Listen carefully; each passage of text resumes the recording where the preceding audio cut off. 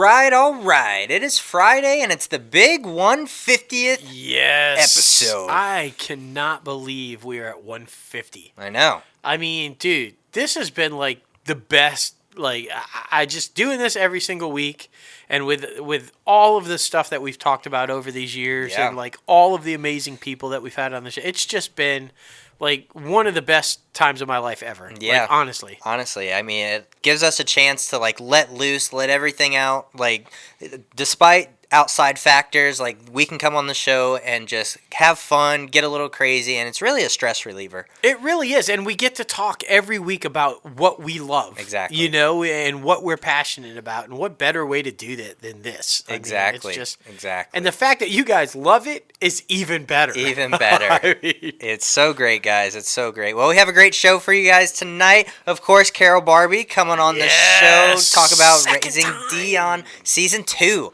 Man, we're so super excited. She does actually answer some of our questions about Season 2. Yeah, you guys are in for a treat, because if you need the inside info on what's going to happen, we might have those answers for you. Yes, man. Yes. So good, so good. That was later on the show. Now, let's get a little crazy.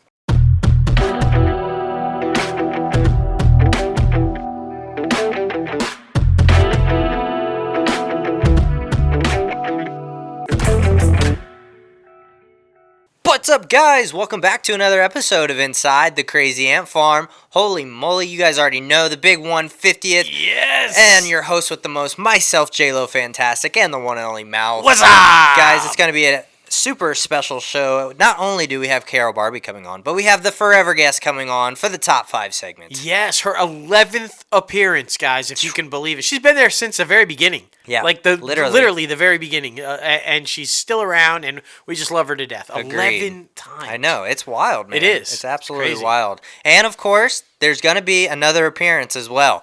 I mean, Peanut is wandering around. Our puppy, he's wandering around right now. So if you're watching the YouTube video, you might see him a little bit later. Probably a good bet, because he likes to be seen. He does. He does. He loves the attention. He loves the attention. But guys, we have a jam-packed show for you guys this week. There is some epic Disney news. There's a lot of DC news happening this week. That's just absolutely phenomenal. Some of it breaking literally right here, right now. So it's going to be an epic show. But before we get this thing started, be sure to head over to www.crazyantmedia.com, where you can start rocking the latest and greatest Crazy Ant Media gear. Yes. We've got shirts, we got hats, we got tumblers, we got stickers, we got buttons, we got all the things. And of course, you can also go to our website to donate to our Patreon page. It's right there in the right-hand corner. Click on it and decide what tier you want to do.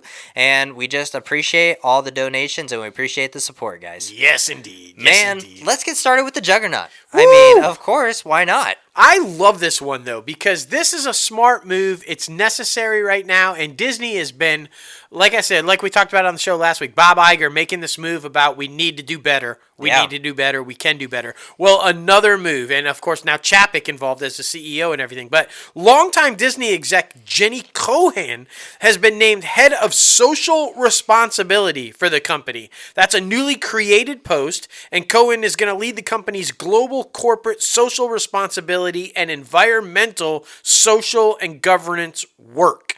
And I like this. Bob Chapek, CEO, he said in a statement, consumers, employees, and investors are increasingly looking to companies to drive positive, impactful change in the world. And at Disney, our goal is to be as admired for our values and contributions to society as we are for the superb entertainment that we create. I love that. That's a very CEO statement. So it is. That's good. That's really good because, I mean, I'm sure everybody has heard.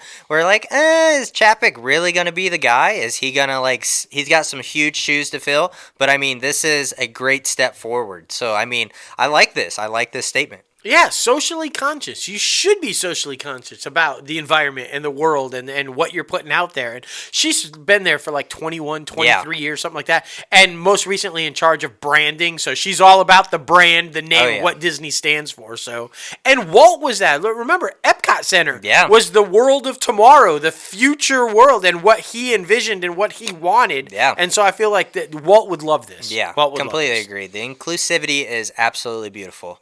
Man, there there's also some more casting announcements for Captain Marvel 2. Yes! Zawe Ashton has been cast, and apparently she's going to be the film's antagonist. Yes, the big baddie. Yeah. What? I mean, we don't know what character she's going to be playing yet. Of course, Marvel's very hush-hush about these things. Yes. So everything's all up in the air, but Nia DaCosta is directing the film, and of course, it's the follow-up to the epic blockbuster, and the story editor was actually writing on WandaVision as well, so it's one big family. Yeah, it's going to be badass, and I think it's all... We know...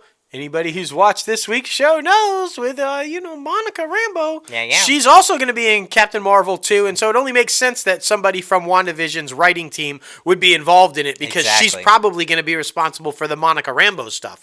I would think. Yeah. I mean, it only makes sense. It's all connected. It's all connected. And speaking of WandaVision, it's whooping ass. It is. If you guys, it's the most popular show in the world right now.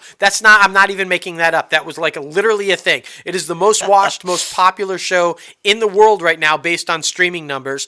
And in its debut a couple of weeks ago, 3 weeks ago, 4 weeks ago now, it made it into the top 10 on streaming platforms, debuted at number 6 with 434 million minutes viewed over the 3 days. Now, that's impressive because Disney Plus had only released the first 2 episodes. Yeah. That's 400 plus minutes with only 2 episodes, which is insane. And that's looking really good because the numbers have steadily increased since then. So I'm guessing when the new numbers come out, we'll see it rising in the top 10. Yeah. Probably knocking off some Netflix stuff. Yeah. It's always delayed. Look, we're just getting the numbers for the first week. Yeah, exactly. So, I'm betting like a month from now, we'll be talking about how it bumped off a bunch of Netflix shows. But it only makes sense. It does. It does. I mean, and I love their marketing campaign. Like, they dropped the little teasers for, like, the next week's episode, and, I just love it. Everything about this show is absolutely brilliant. I wasn't necessarily all that keen on it, but once you start watching it, once you start seeing what Marvel is doing, like, it's absolutely brilliant. And, guys, if you haven't paid attention, the commercials are the Infinity Stone. Pay attention. Yes. Everything is being done intentionally on this show. Exactly. There's a reason for everything. Pay attention. And speaking of exciting, it's finished. It's complete. Finally. It's done. Netflix is completely removed from the scenario, guys, and you know what I'm talking about. If you're a geek, you know what I'm talking about. The final 2 shows, the rights to Jessica Jones and The Punisher, back in Marvel's hands. That means all of the shows, Luke Cage, Iron Fist, Daredevil, Jessica Jones, Punisher, all of the Netflix Marvel shows have now reverted back to Marvel. They are now Marvel Studios property. So that leaves the big question. As you guys know, they had to wait 2 years until after the cancellation before they could revert back and everything. Boom, done. So now, the big question remains. What is Feige going to do? Yeah, right. Is he going to revive these shows with the same casts?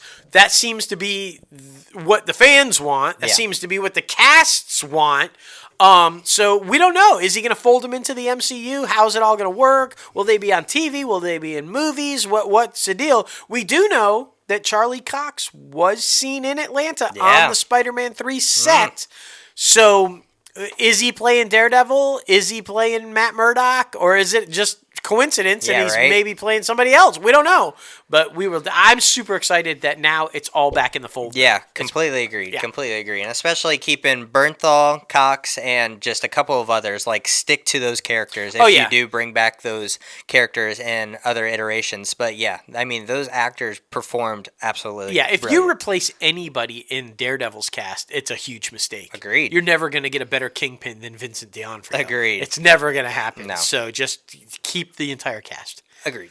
All right. Man, everybody saw this week that a trailer for the live-action film Cruella, starring the one and only Emma Stone, doesn't even look like her, in my opinion, as a young version of Cruella. Everybody knows her as the 101 Dalmatians villainess. Yes. And she's going to be portraying DeVille in the 1970s when she's kind of on her rise in the fashion industry, because that's why she wants to take these puppies to make their fur into beautiful pelts and blah blah blah.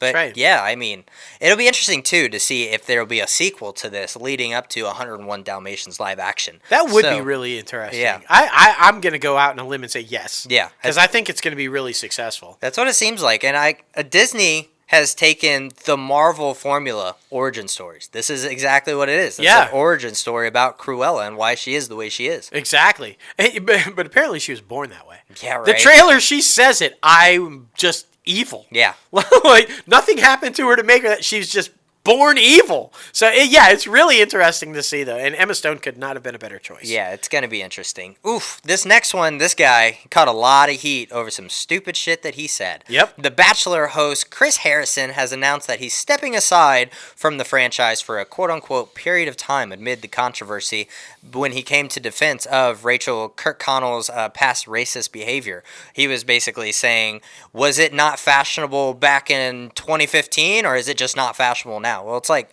no, racism has always been fucking shitty. So, like, what do you mean? Why are you even trying to stick up for this person who was, like, standing at a party in front of a Confederate flag and, like, doing a whole bunch of, like, kind of racist shit? Yeah. So, yeah, bro, just step aside. Well, and I'm gonna go out on a limb here and say he's voluntarily stepping aside, like saying I'm gonna take some time off. But I feel like Disney's got to fire him.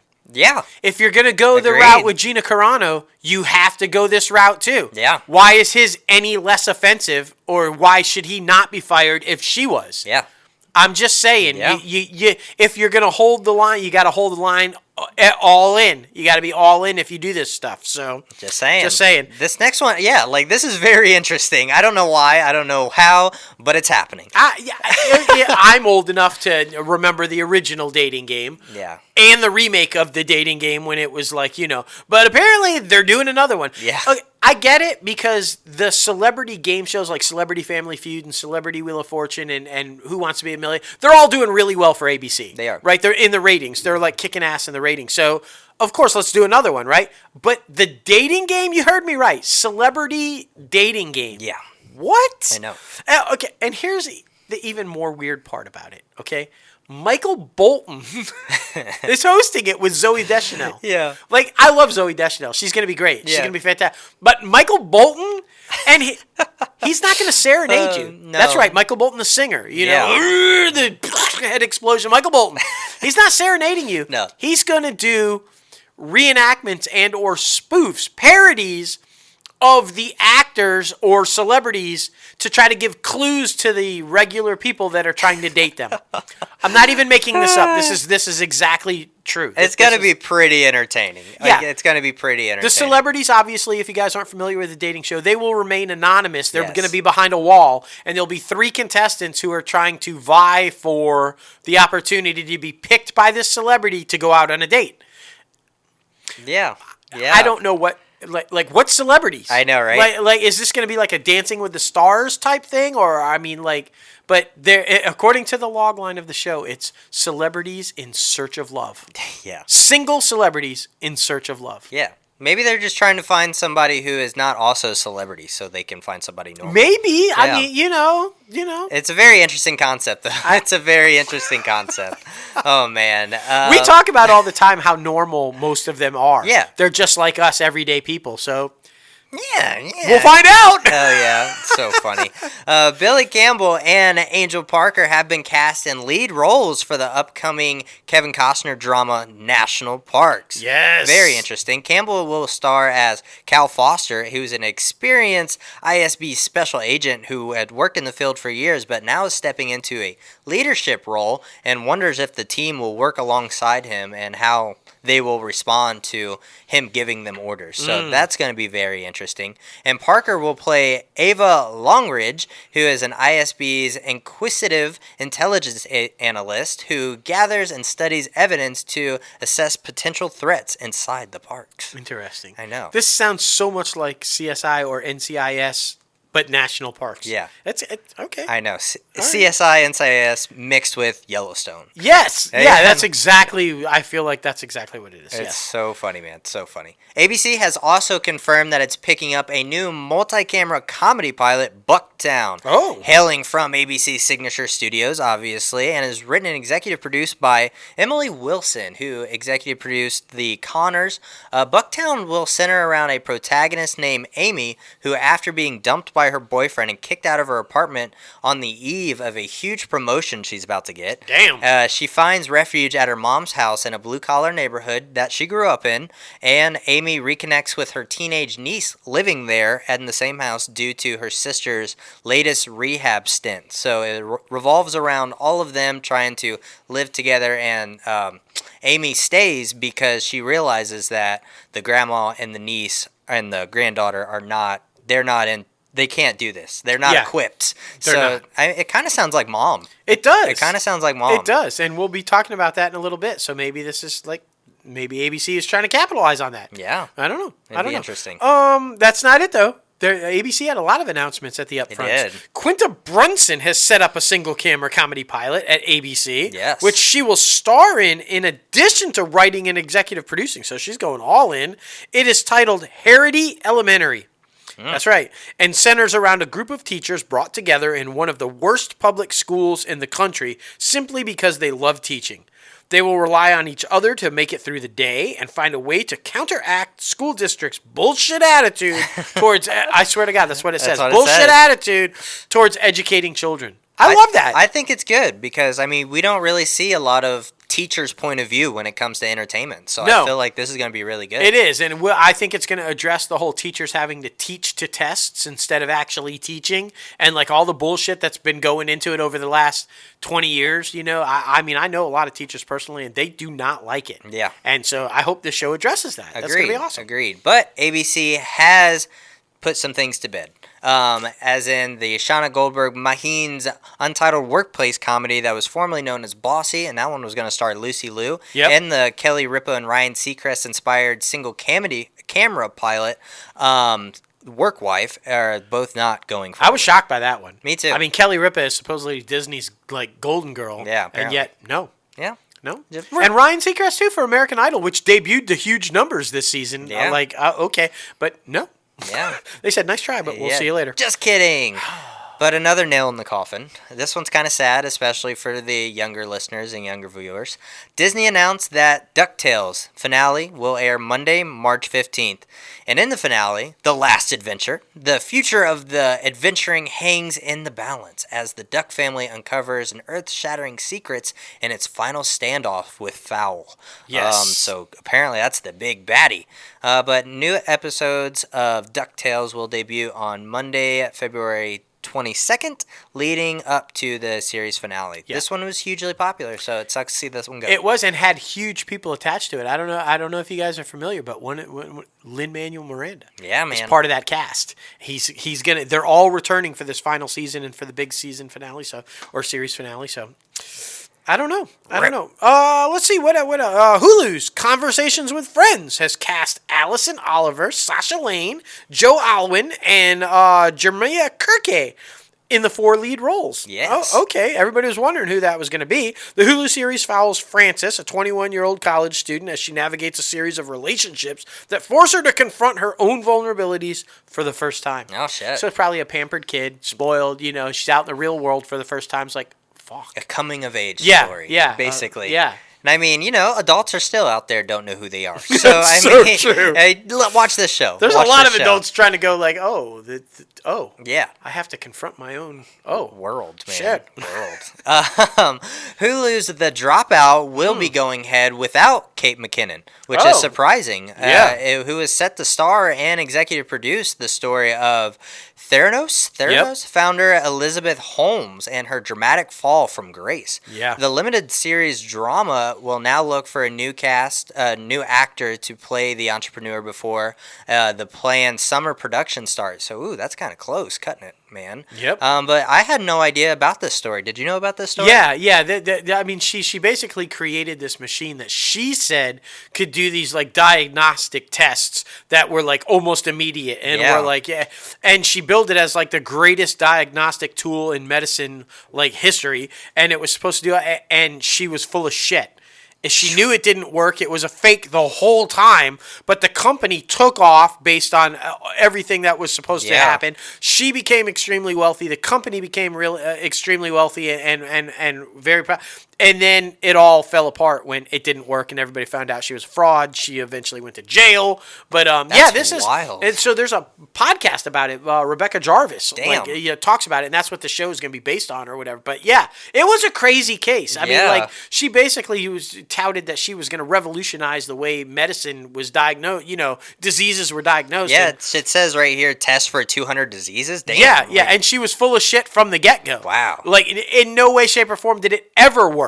Like, so, and fooled Betsy DeVos and Rupert Murdoch. Yeah. Like, that's crazy. They both invested a shit ton of money in it. And, like, nope. Damn, man. Nope. Fucking shady people, man. Shady people. But it's time to talk about some exciting news. Yes! Because the full-length trailer of Zack Snyder's Snyder Cut of the Justice League has dropped, and holy shit, guys. This is fucking badass. This gets me excited. I'm not normally a huge DC guy. Oh my god, we finally saw Darkseid in his full-ass fucking glory. Like, I mean, he is going to be one badass villain. Yeah. And that scene at the end with fucking Jared Leto's Joker, like, we live in a society. I was just like, what? Yeah. And when he turns, don't we, Batman? Don't we, Batman? Like, what the fuck? That's the Joker we needed in Suicide Squad, dude. Like, that was the one. Oh my gosh. And then, of course, everything in between, all the Cyborg stuff and all of the Flash stuff and, like, all this amazing... We're going to see Martian Manhunter in full-out glory, and the reason he reveals himself finally to the world is because Darkseid is too big a threat not to, kind of a thing, and just like, oh my god. Man, it's pumping me up. It really is. I can't wait. And fucking Superman in the black suit, dude, just unloading with the heat vision. Oh, like, my god. Oh my god. Everything. So good. But we've talked about it multiple times before. Premieres on HBO Max March 18th, so mark your calendars. Right around the corner, baby. Oh my goodness. Well, Aladdin star Mawan Konzari is in final negotiations to join Dwayne "The Rock" Johnson in Black Adam. Now, if you don't remember this guy, he was the bad guy in Aladdin. Yep. Jafar. So, and nobody knows what he's going to be playing so far. I mean, everything's being kept under wraps. It's all about that good stuff. It's true. But I mean, it's going to be an exciting film. We've already got a couple of other cast members: Sarah Shahi, Aldous Hodge, and a couple of other epic people. And it's supposed to start filming in Atlanta April. So right around the corner. I mean, like, literally right around the corner. That's going to be fantastic. And of course, more. We've got more. HBO Max's upcoming Peacemaker series. Obviously, you guys know from the Suicide Squad that has cast Allison Araya and Lenny Jacobson in recurring roles. They, of course, join John Cena, as Peacemaker, as well as series regulars Daniela Brooks, Chris Conrad, Jennifer Holland, Steve Agee, Robert Patrick, and all the rest that have come out. Of course, they're not telling us who they're playing. Of course. I mean, I have a few guesses just because, like, I'm a comic geek. But it's being everything about all the superhero movies kept under wraps. Yeah. You guys know that. Yeah. So we're going to find out. And when we do, we'll tell you. Exactly who they're playing. Exactly. Well, a new Supergirl is coming into the mix, guys. This is crazy. And she's going to be in the Flash film, Ezra Miller's Flash film, with Andy, what's-his-face from It. Yes. And it's going to be Sasha Kali. And she is from Young and the Restless. Yes. A soap opera star. Yep. And she's going to be, what's really interesting about this is, because we were talking, is she going to be the one that we all know in Man of Steel, right? We saw that open pod and everybody just assumed that's Supergirl, right? That's like, but I don't know now because apparently she's, if you guys know, if you watch Young and the Restless and you're familiar with her, she's Latina. Yeah. This is going to be a Latina Supergirl. Yes. That's a first. That is definitely different. So is she a different Carol Danvers? Is she a different Supergirl than what we're used to? Is she like, we don't know. I know. I mean, we already know Flash is going to be different parallel universes, right? Is she a Supergirl from a different universe, different Krypton? We don't know, but I'm excited about it because it's about time we see like the return of Supergirl to the big screen. Agreed. So, and I mean, she beat out 425 different actresses for this spot. I mean, go her. You know, you got some chops right there. Like if you beat out that many people. Exactly. And this one, I'm not sure about either, guys. A Constantine series, which has long been talked about, right? And for sure we thought would spin off of Legends of Tomorrow because he's in Legends of Tomorrow, right? No. It's going to be an HBO Max series, and and they're currently searching for who's going to play the lead role. So it's not going to be Keanu, and it's not going to be the guy who's playing him in Legends of Tomorrow. They're looking for somebody totally different, and they're going to go with a younger version of the character and focus more on the religious, the horror slant than the religious slant like they have been with the character in the shows and in the movies with Keanu Reeves. Yeah. Now, here's the interesting part. It's supposedly, rumor has it, going to link up and be a part of Justice League Dark, the series that J.J. Abrams is working on. Yeah. So with Deadman and Spectre and like all that. And I guess they're going to recast Spectre. We know it's not going to be Stephen Amell. Yeah. Who was Spectre in, like, you know. Interesting. So we'll see. Yeah. We'll see. But, like, yeah, I don't know. I mean, DC's making some moves, man. Good for them. Because, like we've always said, DC and Warner Media, get your shit together. That's right. They're getting it together. That's right. And not recasting. Yeah. Not recasting the Golden Age Flash. No. Nope. John Wesley Shipp is holding on to the helmet. Hell yeah. That helmet with the wings. That's a cool-ass helmet, right? Yes, he's coming to Stargirl. You guys know it's the Justice Society of America. Jay Garrick, the Golden Age Flash, was a part of the Justice Society of America. Well, they've decided to keep John Wesley Shipp in the role. You guys know he's been playing it forever on The Flash TV show. Well, he's going to be making an appearance on Stargirl as Jay Garrick, the Flash. That's epic. So it's going to be a badass. Yeah. I mean, yeah, and it's basically going to merge the world of Stargirl into the current DC, CW verse. So I'm thrilled. I think he's a great. And, of course, he was the original Flash on the TV show. if you didn't know. Yeah. But I think he's great on The Flash. Yeah. I think he's a great Jay Garrick, and it's classy move. Classy, keeping it classy, San Francisco. But CW is also doing some things. They're intentionally doing a Black Lightning spinoff, Painkiller. And then it's added Sib Bong Lei and freaking Alexander Hodge and James Roch to the upcoming cast. Simbong Lei will play Maya, who is described as a strikingly attractive woman, yet is icy and is mysterious. Ooh. She is a natural leader who is immediately given the impression that she is someone who expects results and is not to be messed with. Oh. Yeah. Don't Sounds mess like a with her. badass. She's icy. Yeah, literally. Don't frigid. Don't mess with her. And then Hodgewell steps into the role of Finkley, who is a ruggedly handsome and with long raven hair, ink art all over his body, and one born from a strong Chinese lineage. So, yeah, a lot of good stuff happening here. Yeah. And, I mean, I was upset when they said they were canceling Black Lightning, but we're getting a spinoff, and, I mean, could potentially see them in the spinoff. So I'm fine with that. Exactly. What I'm really excited about, though, is everybody's favorite, because I'm a geek, nerd boy, fanboying out. I've been a fan forever. Emily would make fun of me right now. But I'm, of course, talking about Ming-Na Wen. Yes. Mulan, like ER back in the day, and just like Agents of S.H.I.E.L.D. and just so many things. She's like just amazing. Anyway, she has been cast along with B.D. Wong, and James Hong is part of the voice cast, and this is why I'm even more geeking out, because I'm an 80s kid, and Gremlins, obviously, she has been cast as part of the voice cast in the upcoming animated family series, Gremlins, Secrets of the Mogwai. And that's going to be awesome. Matthew Rhys, of course, Perry Mason right now in The Americans, and like, oh my God, this guy is like brilliant, fucking epic. I'm a huge fan of his too. He's going to be playing the baddie, the bad guy. Ooh, that perfect casting for bad guy. Yeah. The upcoming 10-episode animated television adaptation, if you guys aren't aware, is going to be set in the 1920s Shanghai and reveals the story of how 10-year-old Sam Wing, who we know from the original movie as the Chinatown shopkeeper, that, Gizmo and all that kind of stuff, how it all came to be, and he first met the Mogwai called Gizmo. Oh, shit. So that's going to be badass. Another origin story. Yes. Another origin story. Yes. So well, I mean, the bunny's got to keep up with the mouse. I mean, it's all a competition. You want me to take this one? Go for it. Okay, because I'm a huge Good Wife fan, and I love her. Kalinda from The Good Wife. You guys, Kalinda from The Good Wife? Yeah. Are you geeking out like I am? Okay. If not, that's all right. Archie, you maybe okay, never mind. I'm just gonna go with it. Archie Punjabi has joined the third season of Snowpiercer. Details on her character are being kept under wraps, aside from the fact that her character is named Asha.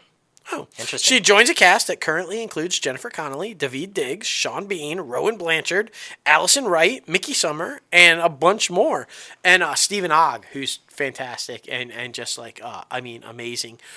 This is one I see a lot of people talk about, and I just haven't given it a chance yet. I don't know. know why, but I mean, it's a great cast. Yeah, so. and remember, guys, the film with Chris Evans, that's what it's based on, and it was like, it's freaking badass. It's badass. And I'm trying to think, what was Blind Spot?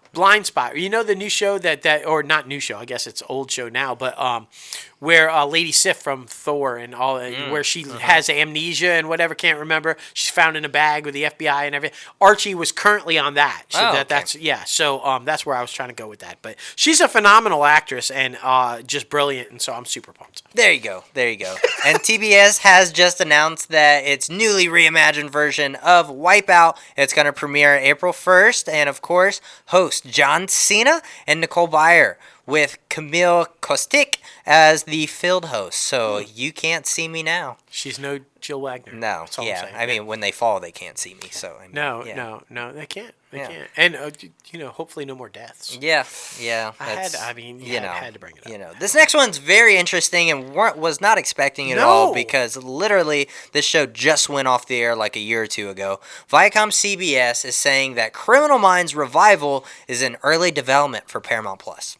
No other information about it, and like everything is very, very, very early. But why? A revival. Why? So we're guessing original cast members, but like it's only been off a year. Literally. Like I don't understand. And are they bringing back Gibson? Have they made amends with him because they left him out of the series finale? Yeah. And like you remember that shit went down ugly and bad, and there was kind of bad blood there. So I don't know.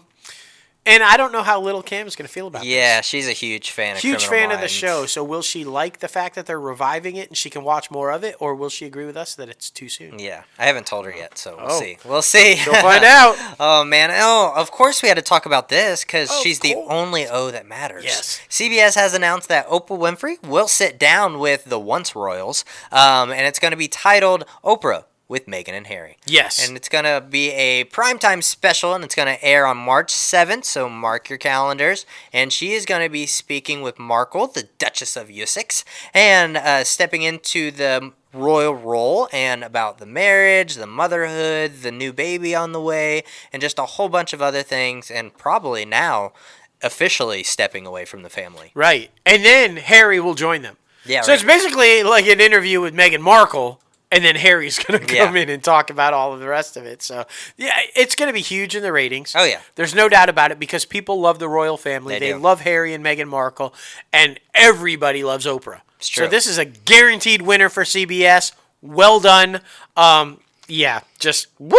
I'm glad they didn't get Gail to do it. Fucking, I mean, thank God they got Oprah. No, Harry and them were probably like, if we're doing this for CBS, it's got to be Oprah. It's got to be Oprah. Or we're not doing it. Yeah. Like, makes sense. Yeah. Makes sense. CBS has announced that The Neighborhood has been renewed for its 4th season, and Bob Hart's Abishola has been renewed for season 3 at CBS. Both shows are currently on the air as part of the broadcaster's Monday night comedy block. Yep. So, I mean, keep moving forward with something they feel like is being successful. And now to the least big surprise in Hollywood, because everybody saw this coming after Anna Faris left. Mom is not moving forward. It is going to end its run on CBS this year at the conclusion of the current 8th season. The season finale, currently scheduled for May, is now going to be the series finale. I mean, is this a shocker? I don't know how anybody thought it was going to move forward without... You can't be Mom without the child. Yeah. Not a shocker. Yeah, I'm sure they started thinking about a plan how to wrap this thing up once she left. So it's good. It's good. It's very unfortunate. I haven't watched it since Anna Faris left because, I mean, I love their interaction. But, yeah, kind of sucks. But it's also necessary. Sure Allison is ready to move on. Oh, yeah. I mean, she's like one of the most wanted and sought-after actresses in Hollywood. So yeah, she's amazing. She'll be all right. And also, NCIS New Orleans is coming to an end after season 7. I'm bummed about that. I know. It kind of sucks. The season finale, scheduled for May 16th, will now serve as the series finale. Yep. At the time of its conclusion, the show will have aired 155 episodes. So, I mean, they had a nice run. They did. And now we've also got some news that kind of makes sense as to why NCIS NOLA is ending. Yeah. Because their showrunner is apparently jumping ship to a new NCIS. Yeah. set in Hawaii. That's right. They're apparently working on a new NCIS spinoff set in Hawaii that's currently in development.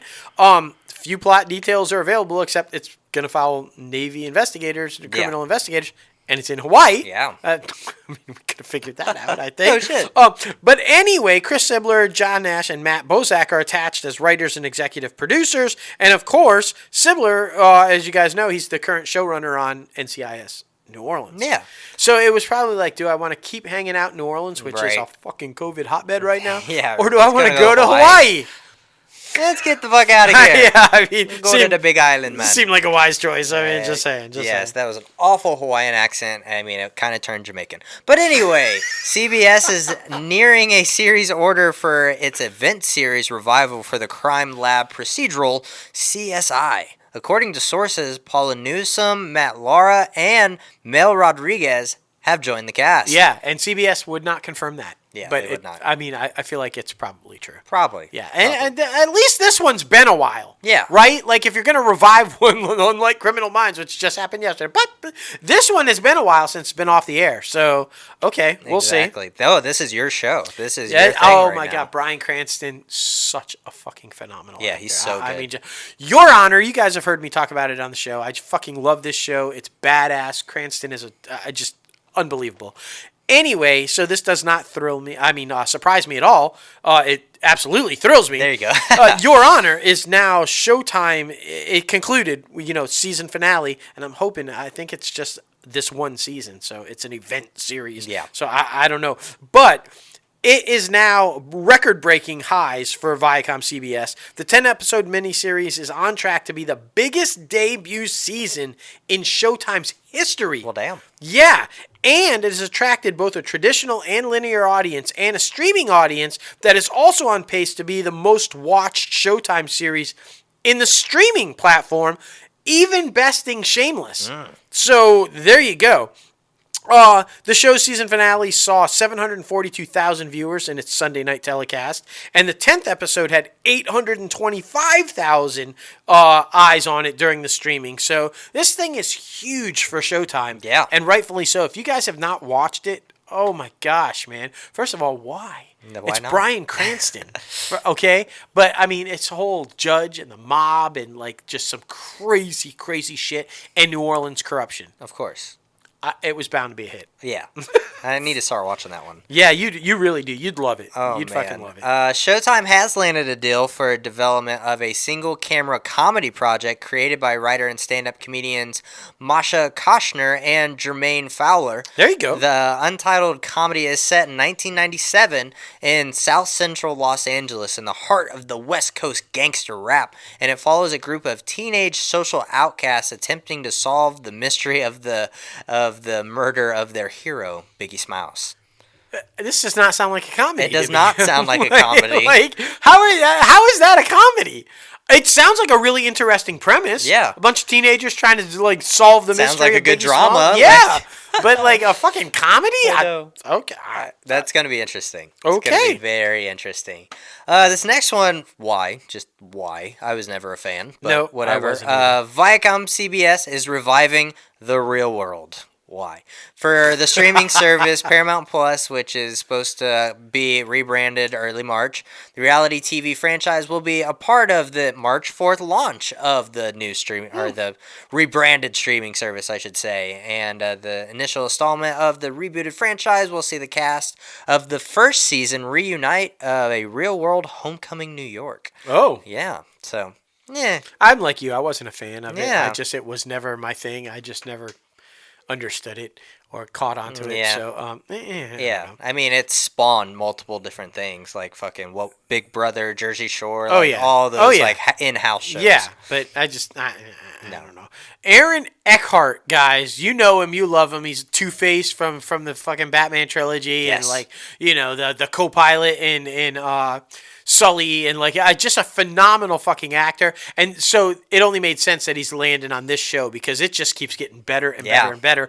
He has signed on to play President Gerald Ford in the upcoming Showtime anthology series First Lady. We've been talking about this one forever. He's obviously joining previously announced Viola Davis as Michelle Obama, Michelle Pfeiffer, who's going to play Betty Ford. Yes. So, oh man, Michelle Pfeiffer and Aaron Eckhart. Those two are going to perform brilliantly together. Yes. I mean, I know. I can't wait for that one.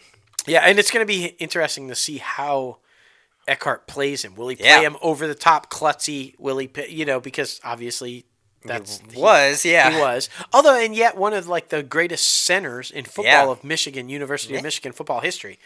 So athletic, but a klutz. Who knew? I mean, oh man, this next one I'm a little confused about why they're even making a documentary. I know documentaries are huge, and a lot of different streaming services are trying to jump on that bandwagon. But listen to this: Showtime has announced that it will air the show, a 90-minute feature documentary that will provide a into look of the making of the 2021 Pepsi Super Bowl halftime show starring The Weeknd. Why? I'm going to just be honest and send the hate. Send the hate. I'll respond. It's fine. I didn't like the fucking halftime show. It wasn't that great. It wasn't. It just wasn't. Nothing special. No. It's in my opinion, you are never going to top Prince. No. That will be the greatest halftime show ever, period. Just like Whitney Houston's will be the greatest Super Bowl national anthem ever. It's just, you're not going to get there. And The Weeknd didn't even come close. No. It wasn't even like, And I mean, they even said that they were trying to keep it more reserved because of Corona right now. So, like, why? I don't know. It's very interesting to pick this specific halftime show to make a whole documentary about. But whatever. I don't know. Paramount has announced that The Lost City of D, starring Channing Tatum and Sandra Bullock, will receive a wide release date for April 15th of 2022 right now. We'll see. Described as a Romancing the Stone style film, The Lost City of D follows a reclusive romance novelist, who is Sandra, who it was sure nothing worse could happen than getting stuck on a book tour with her cover model, Tatum, until a kidnapping attempt sweeps them both into a cutthroat jungle adventure, proving life can be much stranger and more romantic than a paperback book of fictions. So Channing Tatum is going to be playing like a Fabio character? That's what it sounds like. That's what it sounds like to me. And then he's going to have to prove, hey, I'm not Fabio. I'm like a real life guy. Yeah. Kind of, that's going to be. Have you ever seen Romancing the Stone? Do you know what? Yeah. Okay. Yeah. All right, good. Yeah. I was like, come on now. It's a Romancing the Stone type thing. But okay. Yeah. We're good. We're there. We're on the same page. This one makes sense to me. Paramount announced that due to a shifting in the release calendar of some of its movies, Top Gun. The plan to shoot the 8th edition of Mission Impossible back to back with 7, that's not happening anymore. Yeah. Why? Because they moved up the release date for Top Gun Maverick, the sequel to Top Gun, which everybody's like jonesing for. It's going to be awesome. It's going to be fucking epic. Well, they need the guy. They need Maverick out there doing press for that shit. And if he's filming, he can't do that. So that's the reason why Tom Cruise is now going to be needed to do promotional duties on the new movie Top Gun Maverick ahead of the film's planned release on July 2nd. So he'll be out of action and not be able to do anything except promote, Top Gun. But Mission Impossible 8 will roll right into production the second that the promotional tour for Top Gun Maverick is over. So it's not going anywhere. It makes sense. I mean, yeah. And plus, think about it. Everybody is much more excited about Top Gun Maverick coming out because obviously a huge fucking movie in the 80s and now a sequel. But, I mean, there's already like 7 or 8 Mission Impossibles. Yeah. So they're like, let's weigh the options. So it makes sense. It makes sense. He's a very busy guy. It does. Will Eubank, and Christopher Landon are teaming up to direct a new Paranormal Activity. Why? I know. For the Paramount Player, set to release March 4th of 2022, and it's described as a new, unexpected retooling of the highly lucrative franchise. But I just hate this style of filmmaking. I know. I really do. And we literally just talked about it on last week's show about how J.J. Abrams was ditching that type of a format for a movie, right? Because it's run its course. But apparently, Paramount doesn't think so. Yeah. So they're going to do it. I know. We don't need another Paranormal Activity. No. There are so many other movies to do. Agreed. Bridgerton star Regé-Jean Rebekah, there we go, has been cast in a leading role in Paramount's upcoming film adaptation of the Dungeons and Dragons. So that one's super epic. He already is starring alongside Chris Pine, Michelle Rodriguez, and Justice Smith. So that's a huge fucking cast right there, man. I'm interested to see if it's going to be like people playing the game and then you go inside the game and kind of like, I don't know, fucking World of Warcraft shit, or if it's like going to be inside the game the whole time and not like out about. I don't know. I hope it's not like a game at all. I just hope it's like just Dungeons and Dragons, as if it was like Lord of the Rings type thing. Yeah, like it was some sort of a real reality, like the cartoon was. That was awesome. I that'll be epic. Exactly. Jump into NBC Universal, everybody's favorite peacock. Keke Palmer. We do love Keke Palmer, though. We're huge fans of Keke Palmer. She's apparently joining the cast of Jordan Peele's latest secret project at Universal Pictures. She's going to headline the new project, which is set to be released in July of 20. Boy, there's a lot coming out in July of 2022. There is. Get Out star, yes indeed, Daniel Kaluuya, is also in talks for a lead role in the film. They have a pretty tight relationship. They do. I can see that. Yeah, I mean, because Get Out was huge. Yeah. So it only makes sense. Exactly. We told you a couple weeks ago that the Golden Globes would be broadcast live from both coasts, and with Tina Fey in New York's Rainbow Room and Amy Poehler at the Beverly Hilton. Yep. And now we know that the plans for the presenters and the nominees. Apparently, Globe producers are asking presenters to appear in person at the Rainbow Room or the Beverly Hilton. Producers are assured and invited presenters that strict COVID protocols will be followed. Nominees will appear remotely, and the Golden Globes will air live February 28th. So it's a very interesting concept. But we got to do what we got to do. So they want the presenters there live, but not the winners. Not the nominees or / winners. That's interesting. Yeah. This one just keeps adding more people, and we still don't know about what any of them are except for Christopher Meloni, who Stabler. Obviously. We know he's Stabler. Danielle Monet Truitt has been cast as a series regular opposite Christopher Meloni and Dylan McDermott and Tamara Taylor in Law and Order, Organized Crime. Yeah, this cast is great. Yeah, the new drama, by the way, it's now filming after a brief pause. It did get shut down again because of COVID, but they're back. They're doing it. It's fine. And as you guys know, it's going to debut in a back-to-back with Law & Order SVU crossover kind of event to launch the new series, and that's going to be awesome. That is going to be at 10 p.m. April 1st.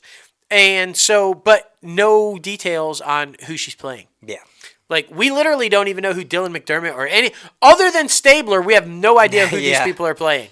So it's going to be interesting, man. Yeah. It's going to be interesting. Heading over to Lionsgate, Starz is looking to emphasize its commitment to storytelling about and by underrepresentation groups. Yes. And with the new inclusion initiative, it is calling Take the Lead. The effort will include a monthly series that talks with agencies, guilds, and organizations such as ACLU of Southern California and California Film Commission, and the conclude with a summit. And apparently the initiative ties into the network's programming mandate to amplify underrepresented voices. The talks will take place on a month-to-month basis and will be open to the public. So that's awesome. Yeah, hell yeah. And Starz, I feel like, has always done a good job with power, and like a lot of the shows that they have heavily involved underrepresented voices and minorities and people of color in their programming. So this makes total sense to me that they're doing this, and good for them. And we need more of that. I know. I love this one. I know. I love this one. Freaking Shotgun Wedding. We've been talking about it for the past month, it seems like, because there's just a lot going down with it. But now, 4-time Grammy Award winner himself, Lenny Kravitz, is set to star co-opposite of Jennifer Lopez and Josh Duhamel. And like, this is freaking amazing. Like, Cheech Marin is in it. Emmy nominee Dakar Carden is in it. I mean, there's so many epic people. Kravitz will play Sean, a globe-trotting ex of Grace. Marin will play Robert, Grace's father. Yeah, okay. Just that whole dynamic screams hilarity, like right out from the get-go. Lenny Kravitz as Jennifer Lopez's ex and Cheech Marin as her dad, Yeah. probably bashing Lenny Kravitz. It'd be so funny. Like, and how Josh Duhamel is gonna fit in, I have no idea. But that shit is gonna be funny. I'm just saying. Agreed, man. Oh my gosh. Agreed. Oh my goodness. Wine. Wine and crime. I love this. You can't go wrong with this. That's all I'm saying. Lionsgate's landed the comedy script Wine and Crime from writers Cassie Daniels, Mark Bostic, and Beth Bayers. Beth Bayers from Two Broke Girls. Yeah. All right. Making the first writing project for the Two Broke Girls star. That's awesome. In the movie, a group of baby boomer female friends and true crime enthusiasts bond over their shared love of wine and serial killers when suddenly they find themselves thrust into the middle of their own true crime investigation. Sounds very interesting. I want to be involved in a group that drinks wine and talks about serial killers. Why? I don't want to be thrust into God. my own true crime investigation. Yes. But I feel like kick back with a glass of wine talking about some Ted Bundy shit. Like that'd be interesting. It would be interesting. I don't know what that says about me, but hey, I'm going to be watching this movie. That's all I'm saying. There you go. Well, now going to the streaming juggernaut itself, Netflix. It's doing some really cool things. 51 years after the announcement of the verdict of the trial of the Chicago 7, the whole world will have the opportunity to watch Aaron Sorkin's film about the trial right now. Netflix made the film available today globally for free on the streamer's YouTube channel, and it's going to be available now and for the next 48 hours. So be sure to watch it. Holy shit, do it. It's a fucking phenomenal film from start to finish. I just everybody in the cast is unbelievable. Sorkin nails it. Directing, the writing is phenomenal. It makes sense. It's getting all these nominations and all these award nominations. Yeah, and it's free right now. So do it. Do it. Take advantage. True story. That's the one about Kevin Hart and his older brother, who's being played by Wesley Snipes, has just announced 8 additional cast members. What? Tawny Newsome from Space Force. And Lower Decks. Boom. Will Catlett from Black Lightning. Paul Edelstein from The Marvelous Miss Maisel. Ash Santos from Night Teeth. Lauren London from Single Ladies. John Ailes from Euphoria. And Chris Diamantopoulos. There it is, from Silicon Valley, and Billy Thane from Titanic. Ooh. Yeah. Oh. They're putting together a nice cast. And this is going to be a drama, guys, Yeah. which is new for Kevin Hart. So that's going to be really interesting. Agreed. That's a good cast. Agreed. Well, Netflix is keeping it all in the family. Yes. Because sex education star Simone Ashley has been cast in the second season of the Shondaland hit Bridgerton. And she's going to star opposite of Jonathan Bailey's Anthony Bridgerton as his romantic interest. Ooh. Yeah. Kate Sharma, Bridgerton's second season, will focus on Anthony, the oldest of the Bridgerton clan, and the begrudging pursuit of marriage. I like this. I like that it's going to go along with the book series, and each season is going to focus on a different member of the family. Yeah. So it's going to be, new cast members and new. I think that's a brilliant idea. That's how you keep it fresh. That's how you keep it moving. That's how that's a fantastic idea. So have you been wondering where Tim Burton has been? I have been wondering where Tim Burton is, and now we know. He's at Netflix. Yeah. Which is interesting because he was like Disney's golden boy. Started off as an animator at Disney, and but he's at Netflix. And why is he at Netflix? The Addams Family. You guys know the Addams Family? Well, if you were wondering what happened to Tim Burton, have you been asking yourself, where's Wednesday? Right. Well, I wonder what happened to Wednesday from the Addams Family. Well, Tim Burton's going to tell us, apparently, because Netflix has given an 8-episode order to Tim Burton's Wednesday live-action series. The show marks one of the few television projects of Burton's career. It's obviously based on Wednesday from the Addams Family, and it's going to be about a young version described as sleuthing, supernaturally infused mystery, charting Wednesday Addams' years as a student at Nevermore Academy. Interesting. Okay. But I mean, Addams Family, that just screams Tim Burton. If you're going to do it right. I mean, Tim Burton is he's phenomenal. Agreed. If you're talking about weird, creepy, dark shit, Tim Burton is your guy. The question is, who is going to be the lucky lady that gets cast as the new Wednesday? That's a good point. I mean, it's going to be hard to top Christina Ricci's live action version, Yeah. but we'll see. I mean, that's going to be good. We shall see. The Obamas, their production company, Higher Ground, has acquired Michael Keaton's film Worth in a partnership with their distributor, who is Netflix. The film is adapted from the Kenneth Feinberg memoir, What is Life Worth? And it follows the lawyer's process in awarding the 9/11 victim compensation for a fund. So, so that's intense. Oh, and it's going to be released on September 11th, the 20th anniversary. Damn, Netflix hitting it home. Yeah. Okay, Jennifer Garner, we talked about it a couple weeks ago, is already starring in a new Netflix movie, right? We talked about that. So what is she going to follow up that with? Another Netflix movie, apparently. She's going to be the new golden child there. Jennifer Garner has signed on to star in her next project with Netflix. Garner's going to lead Body Switch comedy called Family Leave.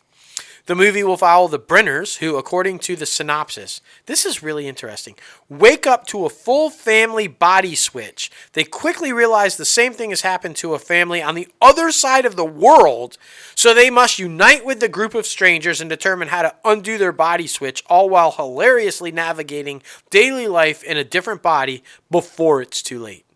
That sounds hilarious. So if you're going to do how do you enhance the typical body switch thing? Make it with a family on the other side of the world. Yeah. That's going to be like crazy. Exactly. Okay. It's so funny. Well, Netflix is continuing to build that children's content. Yes. My Little Pony, the animated movie, is going to Netflix. Apparently, it was a Paramount Pictures film, but, they just gave it to him. Paramount does that with Netflix a lot for some reason. They do. I mean, I don't even know what's up with that. No, it's supposed to be on Netflix later this year, so stay tuned for that. Also, production begins this month on Surviving Summer, and this is a teen surfing drama for Netflix. Sky Katz star as the title character, Summer, a fierce Brooklyn teen who is sent down under to live with family friends in a coastal town on the Great Ocean Road. And she stars alongside Brazilian rising star João Gabriel Moreno and Australia's Kai Lewins and Savannah Lorraine. It also stars Leanna Bory and five-time Queensland Junior State surf champion making her first hooray into acting. Oh, that's awesome. Agreed. Yeah, that's fucking awesome. All right. A Brooklyn girl down under. Yeah. Wow, that's going to be entertaining. Right. Okay, this next one makes total sense after we talked about the new Mr. and Mrs. Smith, right, with Phoebe Waller. So this makes sense, and here it comes. Okay, Donald Glover, we're switching to Amazon now, has apparently signed a huge 8-figure overall deal with Amazon Studios, marking his exit, his long-term deal with FX. He's leaving Disney's FX, going to Amazon. Part of the agreement, Donald Glover's work will be highlighted with a curated content portal on Prime Video. Interesting. The deal comes, like we said, less than a week after Glover and Fleabag creator Phoebe Waller-Bridge announced their Mr. and Mrs. Smith reboot. Now, this is interesting, too. Apparently, he's working on a series for Amazon also that's about a Beyonce-type figure, or performer. So that's going to sounds interesting, right? Donald Glover working on like a Beyonce-type show type thing. But here's what's even more interesting. Because it's not at Netflix, where Michelle and Barry are. Yes. Apparently, Malia Obama is joining the writer's room of Glover's team on that Beyonce-like show. That's pretty badass. Yeah, I mean, you knew when she was doing all those internships in Hollywood, this was the direction she was going to go. So, all right. Super epic, which, I mean, kind of puts the nail in the coffin for Atlanta. I feel like after season 3 and 4 come out, that's it. Definitely. Makes sense. Whoopi Goldberg getting back in front of the scenes, and with Jasmine Guy. They've both been cast as recurring roles in Amazon's upcoming series, Harlem. And this one's a single-camera comedy that follows the life of 4 women from their college days at NYU, and beyond that, they navigate relationships, sex, and career ambitions.